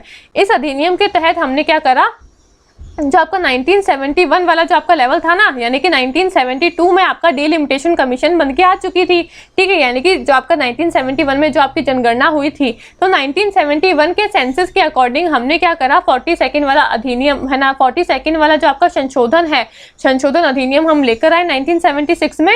और हमने क्या करा, 2000 तक ये जो आपका है ना, जो भी आपके कॉन्स्टिट्यूएंसी में बदलाव होते हैं, जो भी आपके लोकसभा के सदस्यों में बदलाव होते हैं ना, उस चीज़ को हमने फ्रोज कर दिया। फ्रोज कर दिया यानी कि उसको हमने रोक दिया कि भाई अब 2000 तक जितने सदस्य हैं आपके कॉन्स्टिट्यूएंसी है, जितने भी सदस्य हैं उतने ही रहेंगे, ना ही बढ़ेंगे ना ही घटेंगे। अब जो भी होगा वो सारा खेल 2000 के बाद में होगा। तो यानी कि 42nd अमेंडमेंट हम लेकर आए थे 1976 में, जहाँ पे हमने क्या करा, 2000 तक ये जो कॉन्स्टिट्यूएंसी में जो भी बदलाव होते हैं, जो भी आपके जनसंख्या में है ना, जो भी आपके है ना रिप्रेजेंटेटिव के संख्या में बदलाव होते हैं ना, उसको हमने क्या करा, फ्रोज कर दिया। यानी कि यहाँ पे उसको हमने वहीं पे ही रोक दिया कि भाई 2000 तक अब कुछ भी बदलाव नहीं होगा। और 2000 तक हमने रोका, लेकिन है ना कितने स्तर तक रोका, उसका लेवल था 1971, 1971 में जितनी भी आपकी जनसंख्या थी, जितनी भी आपकी कॉन्स्टिट्यूएंसीज थी, उसके स्तर के अकॉर्डिंग हमने कहा कि भाई 2000 तक अब उतना ही लेवल चलेगा, ना ही अब हम कॉन्स्टिट्यूएंसी को बढ़ाएंगे ना ही कम करेंगे। ठीक है, फिर आगे क्या हुआ, आगे आपका 84th अमेंडमेंट आया 2001 के अंदर। एक तो अमेंडमेंट लेकर आए 42nd वाला 1976 में, उसके तहत 2000 तक हमने क्या करा, इस पूरे है ना जो भी सीट्स का एलोकेशन होता है, जो भी आपकी सीटों का आवंटन होता है, जो भी आपकी है ना कॉन्स्टिट्यूएंसी में कम ज़्यादा होती है, उसको फ्रोज कर दिया, उसको रोक दिया वहीं पे ही। ठीक है, फिर हम फिर से 84th अमेंडमेंट लेकर आए, जहाँ पे 84th अमेंडमेंट जो है वो 2001 में आया था। ठीक है, 2000 तक तो हमने रोक दिया था। अब 2000 के बाद में क्या हुआ, 2001 आया, उसमें हमने क्या करा, फिर से हमने 84th अमेंडमेंट लेकर आए 2001 के अंदर, और फिर से ये जो सीट्स को हमने फ्रोज कर दिया है ना, जो हमने 2000 तक सीट्स को फ्रोज कर दिया था, उसको हमने उस बैन को फिर से 25 साल तक और बढ़ा दिया। यानी कि 2001 में 84th अमेंडमेंट हम लेकर आए। उस 84th अमेंडमेंट के तहत हमने क्या करा, 25 सालों तक ये जो हमने सीट्स को फ्रोज कर रखा है, सीटों का आवंटन जो हमने रोका हुआ है, बैन लगाया हुआ है, उसको हमने 25 सालों के लिए और बढ़ा दिया। यानी कि 2026 तक हमने फिर से कहा कि अब 25 साल यानी कि 2026 तक हो जाएंगे, है ना। तो अभी 2024 चल रहा है, यानी कि अब जो आपके है ना 25 और 26 आएंगे, तो 2026 तक आपका ये जो जितना भी सीटों का आवंटन है, कॉन्स्टिट्यूएंसी में जो भी बदलाव होंगे, वो हमने अभी 2026 तक बैन करा हुआ है। बैन यानी कि उसको रोका हुआ है कि भाई अब इसमें कोई भी बदलाव नहीं होगा। ठीक है, इतनी बात समझ में आई। इसलिए अभी आपने देखा होगा जो आपका विमेन्स को है ना रिजर्वेशन देने का जो बिल आया था, वो इसलिए अभी आपके लोकसभा में लागू नहीं हुआ है, क्योंकि अभी हमारे यहाँ पे बैन लगा हुआ है। अगर विमेन्स को रिजर्वेशन देंगे तो सीटों में हमको छेड़छाड़ करनी पड़ेगी ना, भाई विमेन की जो है ना सीट्स है उनको बढ़ाना पड़ेगा, बाकियों की सीट को कम करना पड़ेगा, लेकिन सीटों का आवंटन तो हमने रोका हुआ है अभी। इसलिए आपका जो विमेन्स का जो है ना रिजर्वेशन का जो बिल था, वो इसलिए अभी लोकसभा में लागू नहीं हुआ है। ठीक है, आई बात समझ में। तो ये आपका न्यूज में काफी चल रहा था उस टाइम पे, डीलिमिटेशन कमीशन जो है वो काफी चल रहा था, तो इसलिए यूपीएससी के एग्जाम में ये डीलिमिटेशन कमीशन के ऊपर ही आपसे सवाल आ चुका था। ठीक है, तो आपको सब कुछ पढ़ना है, करंट अफेयर्स में क्या पूछा जा रहा है, कौन से टॉपिक से आपको है ना, कुछ भी अगर करंट अफेयर से जुड़ी हुई कोई भी न्यूज आ रही है, वो टॉपिक के बारे में आपको पूरी आपको है ना जांच पड़ताल कर लेनी है। ठीक है, अब आगे बढ़ते हैं। आगे क्या बोला है, 84th अमेंडमेंट एक्ट आपका 2001 में आया था। Also empowered the government to undertake readjustment and rationalization of territorial constituency in the state on the basis of population figure of 1991 census। ठीक है, तो अब जो हमने 84th वाला अमेंडमेंट करा था 2001 में, उसमें हमने क्या करा, 25 साल तक वो जो सीटों का आवंटन जो हमने रोका हुआ है, जो हमने बैन लगाया हुआ है, 25 साल तक उसको और बढ़ा दिया। लेकिन उसका स्तर जो है वो कितने तक रखा, 1971 सेंसस के अकॉर्डिंग। यानी कि 1971 जो आपके सेंसस हुए थे, जो आपकी जनगणना हुई थी, 1971 नहीं है, सॉरी 1991 है। ठीक है, गलती से बोल दिया मैंने। वो 1991 में जो आपकी जनगणना हुई थी, उसमें जितने भी आपकी कॉन्स्टिट्यूएंसी के नंबर आए थे, जितने भी आपकी सीटों के आवंटन के नंबर आए थे, संख्या आई थी, उस स्तर तक हमने क्या करा, 84th अमेंडमेंट लेकर आए, और 2026 तक हमने वापस से क्या करा, उसी स्तर तक है ना वो सीटों के आवंटन को फ्रोज करके रख दिया। ठीक है, अब फिर आगे क्या हुआ, एक और अमेंडमेंट आता है 87th वाला। 42nd अमेंडमेंट देख लिया, 84th अमेंडमेंट देख लिया, अब 87 अमेंडमेंट देख रहे हैं, जो कि आपका 2003 में हुआ था। ठीक है, अब 87th जो आपका अमेंडमेंट आया था, उसमें क्या हुआ, उसमें ये बोला गया कि provided for the delimitation of constituency on the basis of 2001 census, not 1991 census. ठीक है, 84th जो अमेंडमेंट हम लेकर आए, उसमें हमने क्या करा, जो हमारे सीटों का आवंटन है 25 साल तक हमने उसको बढ़ा दिया, 2026 तक उसको बढ़ा दिया कि सीटों का आवंटन जो है वो अब क्या हो जाएगा, फ्रोज हो जाएगा 2026 तक। 2026 के बाद में अब ये बैन खुलेगा आपका, लेकिन इसका स्तर कितना तक रहेगा, 1991 के है ना जो भी आपकी जनगणना हुई थी 1991 में, जो भी आपके सेंसस हुए थे, उतने तक इसका स्तर रहेगा। ठीक है, फिर 87th अमेंडमेंट हम लेकर आए, हमने कहा कि भाई नहीं, 1991 का जो आपकी जनगणना हुई थी उस तक का स्तर नहीं रखते हैं, हम इसका स्तर रखेंगे 2001 में जो जनगणना हुई थी उतने तक का। यानी कि 2001 में जनगणना होने के बाद में जो हमको डेटा पता चला था, इतने लोग हैं, इतनी जनसंख्या है, इतनी कॉन्स्टिट्यूएंसी है, इतनी सीटों का आवंटन करा हुआ है, वो जो हमको जो भी डेटा पता चला था, तो 2001 के स्तर के अकॉर्डिंग हम हमारी जो जितनी भी सीटें हैं, जितनी भी कॉन्स्टिट्यूएंसी है, जितना भी सीटों का आवंटन है, जितनी भी संख्याएं हैं लोगों की, उसको हम 2001 के अकॉर्डिंग फ्रोज करके रखेंगे आने वाले 25 सालों तक।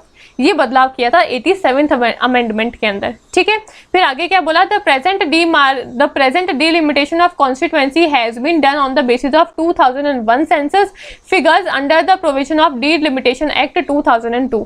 यानी कि आज की हम डेट की बात करें तो परिसीमन अधिनियम 2002 के प्रावधानों के तहत 2001 की जनसंख्या के आंकड़ों के आधार पर निर्वाचन क्षेत्रों का वर्तमान परिसीमन किया गया है। यानी कि 2000 आपके है ना 2001 में जो भी आपकी जनगणना हुई थी उसके आधार पर जो भी हमको आंकड़े पता चले थे, तो 2001 के आंकड़ों के आधार पे अभी डिलिमिटेशन कमीशन जो है वो हमारा लगा हुआ है।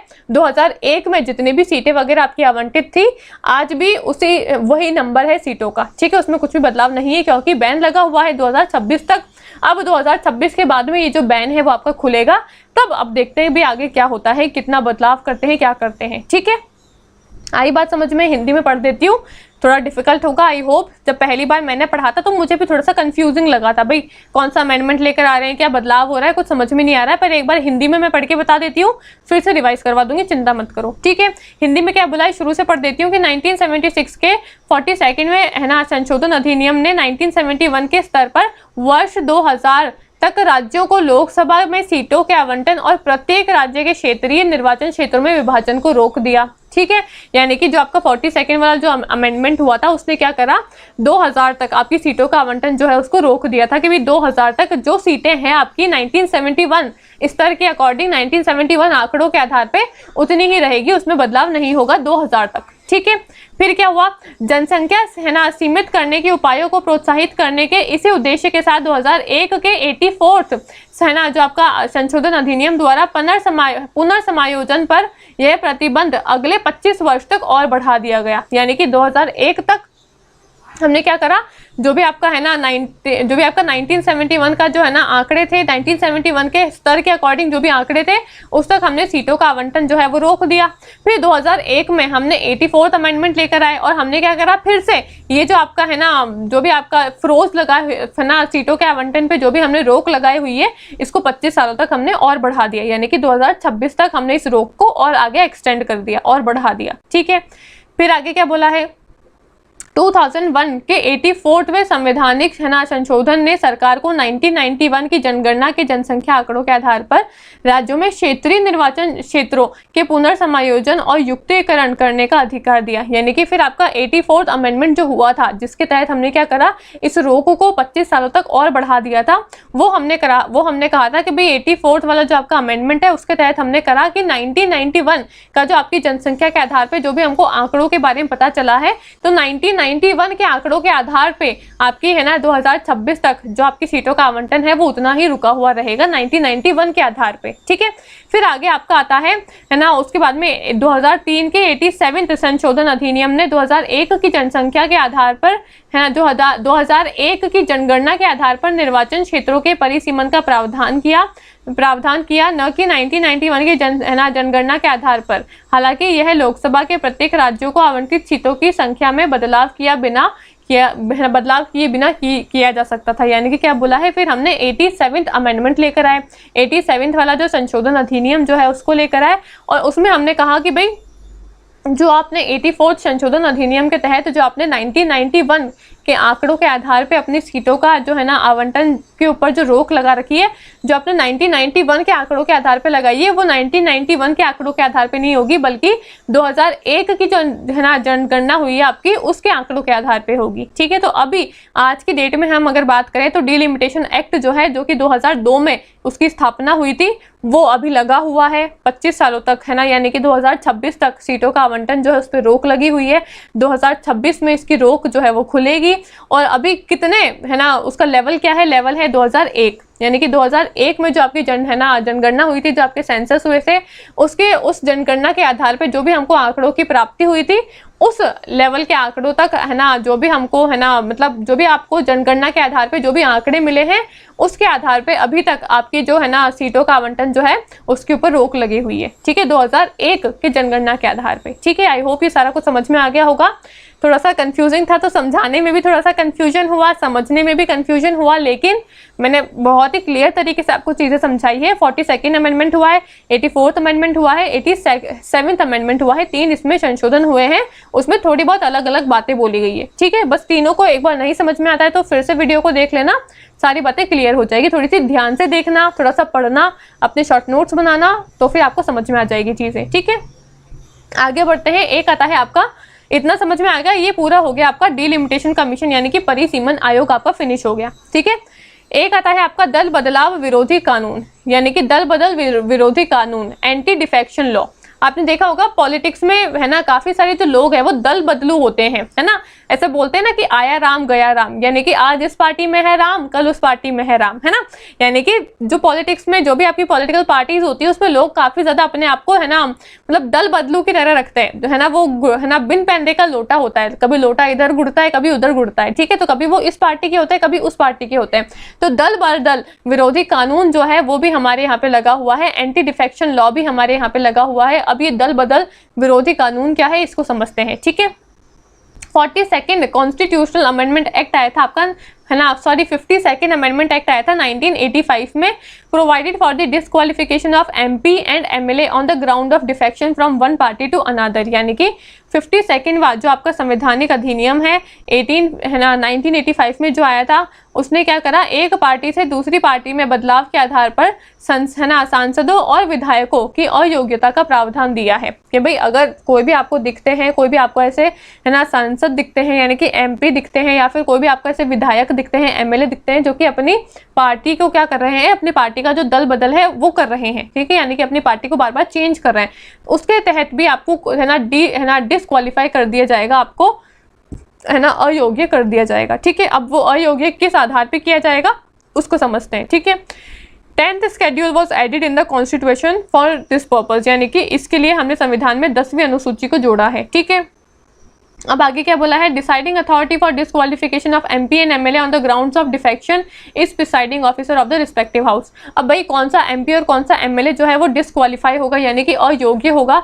ये तय कौन करेगा, उस हाउस का जो भी आपके प्रिसाइडिंग ऑफिसर होंगे। लोकसभा के कौन होते हैं, स्पीकर डेप्यूटी स्पीकर, राज्यसभा के कौन होते हैं, चेयरमैन और डेप्यूटी चेयरमैन। तो वो उस जो सदन है उस सदन के जो भी आपके प्रिसाइडिंग ऑफिसर्स होंगे वो ये देखेंगे कि भाई ये जो MP है या फिर ये जो MLA है ये डिस्क्वालीफाई होना चाहिए हमारी पार्टी से या फिर नहीं होना चाहिए। ठीक है, तो ये आपको समझ में आ गया। भाई 10वीं अनुसूची को जोड़ा हमने, 52nd वाला जो अमेंडमेंट है वो लेकर आए, उसके तहत आपका दल बदल विरोधी कानून जो है वो आया है। और ये जो दल बदल विरोधी कानून जो है इसको लगाता कौन है, इसको डिस्क्वालिफिकेशन को MP MLA की अयोग्यताओं को देखता कौन है, प्रिसाइडिंग ऑफिसर जो होते हैं आपके हाउस के वो देखते हैं। ठीक है, अब आगे बढ़ते हैं। आगे क्या बोला है कि member of house belong to any political party became disqualify. अब मेंबर जो है वो कब पॉलिटिकल पार्टी से डिस्क्वालीफाई हो जाएंगे, किन आधारों पे होंगे उसको समझते हैं। तो पहले बोला है कि for being a member of house if he voluntarily give up his membership of such political party, यानी कि सपोज मैं एक इंसान हूँ, मतलब मैं तो इंसान ही हूँ, लेकिन मान लो मैं A पॉलिटिकल पार्टी है,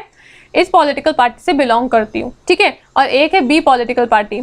अब मैं A पॉलिटिकल पार्टी की हूँ लेकिन मुझे अपनी पार्टी को बदल के B में जाना है, तो मैं अगर अपनी इच्छा के अनुसार पूरे प्रोसीजर से A को छोड़ के मैं B पॉलिटिकल पार्टी के पास में जाती हूँ, तो A की जो क्वालिफिकेशन है, A की जो योग्यताएं हैं उससे मैं अयोग्य हो जाऊंगी क्योंकि मैं दूसरी पॉलिटिकल पार्टी की सदस्य हो गई। ठीक है, तो अगर मैं वॉलंटरली यानी कि अपनी इच्छा के अनुसार किसी पॉलिटिकल पार्टी को छोड़ के दूसरी में जाती हूँ तो मैं उस पॉलिटिकल पार्टी से क्या हो जाऊंगी, अयोग्य हो जाऊंगी। ठीक है, तो यहाँ पे बोला हुआ है कि किसी भी राजनीतिक दल से संबंधित सदन का सदस्य होने के लिए अयोग्य हो जाएगा। कब हो जाएगा अयोग्य, यदि वह है ना स्वेच्छा से ऐसे राजनीतिक दल की सदस्यता छोड़ता है। तो यानी कि मैं अपनी इच्छा के अनुसार राजनीतिक दल की सदस्यता को छोड़ रही हूँ ना, तो मैं क्या हो जाऊंगी, और है ना डिस्क्वालीफाई हो जाऊंगी, यानी कि है ना जो भी आपके है ना सदन का सदस्य जो है उसके लिए मैं अयोग्य हो जाऊंगी। ठीक है, आगे क्या बोला है, इफ ही वोट्स और abstain from voting in such house contrary to any direction discussed by his political party without obtaining prior permission of such party and such act has not been condemned by party within 15 days, यानी कि और दूसरी condition क्या बताई हुई है, यदि वह ऐसी पार्टी की पूर्व अनुमति प्राप्त किए बिना अपने राजनीतिक दल द्वारा अपने राजनीतिक दल द्वारा जारी किसी भी निर्देश के विपरीत ऐसे सदन में मतदान करता है तो क्या हो जाएगा, तब भी वो डिस्क्वालीफाई हो जाएगा। यानी कि मेरी कोई पॉलिटिकल पार्टी है A, ठीक है, उस पॉलिटिकल पार्टी ने मुझे अलग बातें बोली है कि भाई आपको ये चीजें करनी है, आपको इस सदन में वोट देना है, आपको ये करना है, लेकिन मैंने उनकी बात ना मान के किसी दूसरे सदन में वोट दे दिया, या फिर दूसरे सदन में जाके मैंने कुछ है ना चुनाव लड़ ली या फिर वोट दे दिया, तो मैं क्या हो जाऊंगी, उस सदन से डिस्क्वालीफाई हो जाऊंगी। ठीक है, आगे क्या बोला है, independent member of a house elected without being set up as a candidate by any political party become disqualified to remain a member of house if he joins any political party after such election. यानी कि एक सदन का एक स्वतंत्र सदस्य जो है, जो स्वतंत्र सदस्य होते हैं ना, जो किसी भी पॉलिटिकल पार्टी के सदस्य नहीं होते हैं, किसी भी राजनीतिक दल द्वारा उम्मीदवार के रूप में खड़े किए बिना निर्वाचित सदन के सदस्य बने रहने के लिए अयोग्य हो जाता है यदि वह ऐसे चुनाव के बाद किसी भी राजनीतिक दल में शामिल हो जाता है। कोई भी आपका इंडिपेंडेंट मेंबर है, कोई भी आपका स्वतंत्र सदस्य है जो किसी भी राजनीतिक दल से जुड़ा हुआ नहीं है, परंतु चुनाव जीतने के बाद में अगर वो किसी पॉलिटिकल पार्टी के साथ में जुड़ जाता है तो वो अयोग्य हो जाएगा। और एक आपकी लास्ट डिस्क्वालिफिकेशन बताई हुई है नॉमिनेटेड मेंबर्स के लिए, जो भी आपके मनोनीत सदस्य होते हैं उनके लिए। क्या बोला है कि जो भी आपके है ना नॉमिनेटेड मेंबर्स होते हैं हाउस के, become disqualify for being a member of house if he joins any political party after the expiry of 6 months before the date on which he take his seat in the house, meaning he may join any political party within 6 months of taking his seat in the house. यानी कि एक सदन का मनोनीत सदस्य सदन के सदस्य होने के लिए अयोग्य हो जाएगा यदि वह सदन में अपना स्थान ग्रहण करने की तारीख से 6 महीने की समाप्ति के बाद किसी भी राजनीतिक दल में शामिल होता है तो। यानी कि अगर कोई आपका मनोनीत सदस्य है, ठीक है, उसको टाइम मिलता है कि आपको 6 महीने मिले हैं, आप मनोनीत सदस्य हो, आप नॉमिनेटेड मेंबर हो, तो आपको 6 महीने मिले, 6 महीने के अंदर अंदर आपको क्या करना पड़ेगा, किसी पॉलिटिकल पार्टी से जुड़ना पड़ेगा। लेकिन अगर 6 महीने के बाद में आप किसी पॉलिटिकल पार्टी से जुड़ोगे तो आपको उस सदन का सदस्य जो है उसके लिए आपको अयोग्य कर देंगे। ठीक है, आई बात समझ में। तो जो भी नॉमिनेटेड मेंबर है उसको 6 महीने मिलते हैं किसी भी पॉलिटिकल पार्टी से जुड़ने के लिए। 6 महीने के अंदर अंदर आप जुड़ सकते हो। 6 महीने के बाद में किसी भी पॉलिटिकल पार्टी से जुड़ोगे तो उस सदन के आप है ना जो उस सदन के सदस्य के लिए अयोग्य हो जाओगे। एक होता है आपका स्वतंत्र सदस्य। स्वतंत्र सदस्य वो है जो कि किसी भी पॉलिटिकल पार्टी से जुड़े हुए नहीं है। तो अगर आप चुनाव जीतने के बाद में किसी पॉलिटिकल पार्टी से जुड़ते हो, जो आप अगर है ना स्वतंत्र सदस्य हो, तो आप अगर चुनाव जीतने के बाद में किसी पॉलिटिकल पार्टी से जुड़ते हो तो आप उस सदन के सदस्य रहने के लिए अयोग्य हो जाओगे। ठीक है, तो ये सारी आपकी अयोग्यताएं हैं कि भाई आप है ना दल बदल अगर करते हो तो किस सदन से आप अयोग्य हो जाओगे, किस आधार पे अयोग्य बनोगे, वो सारे पॉइंटर्स मैंने आपको यहाँ पे समझा दिए हैं। ठीक है, आई होप समझ में आ गया होगा। आगे बढ़ते हैं, लास्ट टॉपिक है हमारा चुनावी सुधार। चुनावी सुधार क्या होता है? Electoral reforms. अब हमारे कुछ ना कुछ इलेक्शन में रिफॉर्म्स जो है, बदलाव जो है वो भी हमने देखे हैं, जैसे कि वोटिंग एज जो है, मतदान की आयु जो है उसको कम कर दिया है। पहले मतदान की आयु जो है वो ज्यादा थी, अब हमने उसको कम कर दिया है। ठीक है, फिर ईवीएम मशीन जो है, जिसको हम इलेक्ट्रॉनिक वोटिंग मशीन जो है वो अभी नई आई है हमारे पास में, यानी कि वो सुधार करके आई है। तो ईवीएम मशीन जो है वो क्या है, आपका इलेक्टोरल रिफॉर्म में आएगा, चुनावी सुधार में आएगा। ठीक है, फिर बोला गया है prohibition on the sale of liquor, शराब की बिक्री पर प्रतिबंध लगा दिया गया है। ठीक है, फिर प्रोहिबिशन ऑफ आर्म्स, यानी कि जो आपके शस्त्र होते हैं उसका निषेध करने के लिए बोला गया है। ठीक है, जो भी आपका नोटा है, नोटा क्या होता है आपको मेरे को कमेंट करके बताना है कि भाई नोटा की फुल फॉर्म क्या है। ठीक है, तो नोटा को हमने इंट्रोड्यूस किया है। और आपका वीवीपैट आया है। वीवीपैट क्या होता है? Voter verified paper audit trial, इसको हमने नया इंट्रोड्यूस करा है। तो ये सारे क्या है, आपके बदलाव हुए हैं इलेक्शन के अंदर, इलेक्टोरल रिफॉर्म्स हुए हैं, चुनावी सुधार हैं। तो यहाँ से भी कई बार क्वेश्चन आ जाता है, जैसे कि पोस्टल बैलेट जो है वोटिंग के टाइम पे है ना, मतदान पत्र पेटी से मतदान। ठीक है, यानी कि आपका पोस्टल बैलेट जो है वोटिंग के थ्रू होता है, वो भी आपका एक है ना नया रिफॉर्म करके आया है, एक बदलाव करके आपका हमने नया इंट्रोड्यूस किया है सिस्टम। ठीक है, तो ये सारे आपके चुनावी सुधार है। कई बार है ना सुधारों से भी सवाल आ जाता है एग्जाम में कि भाई कौन कौन से हमने नए सुधार करे हैं, तो वो भी आपको थोड़ा सा पता होना चाहिए। ठीक है, तो ये आज की क्लास थी। आई होप आपको क्लास अच्छी लगी होगी। थोड़ी बड़ी क्लास थी, 1-1.5 घंटे की क्लास हो गई थी, मैंने पहले ही बोला था।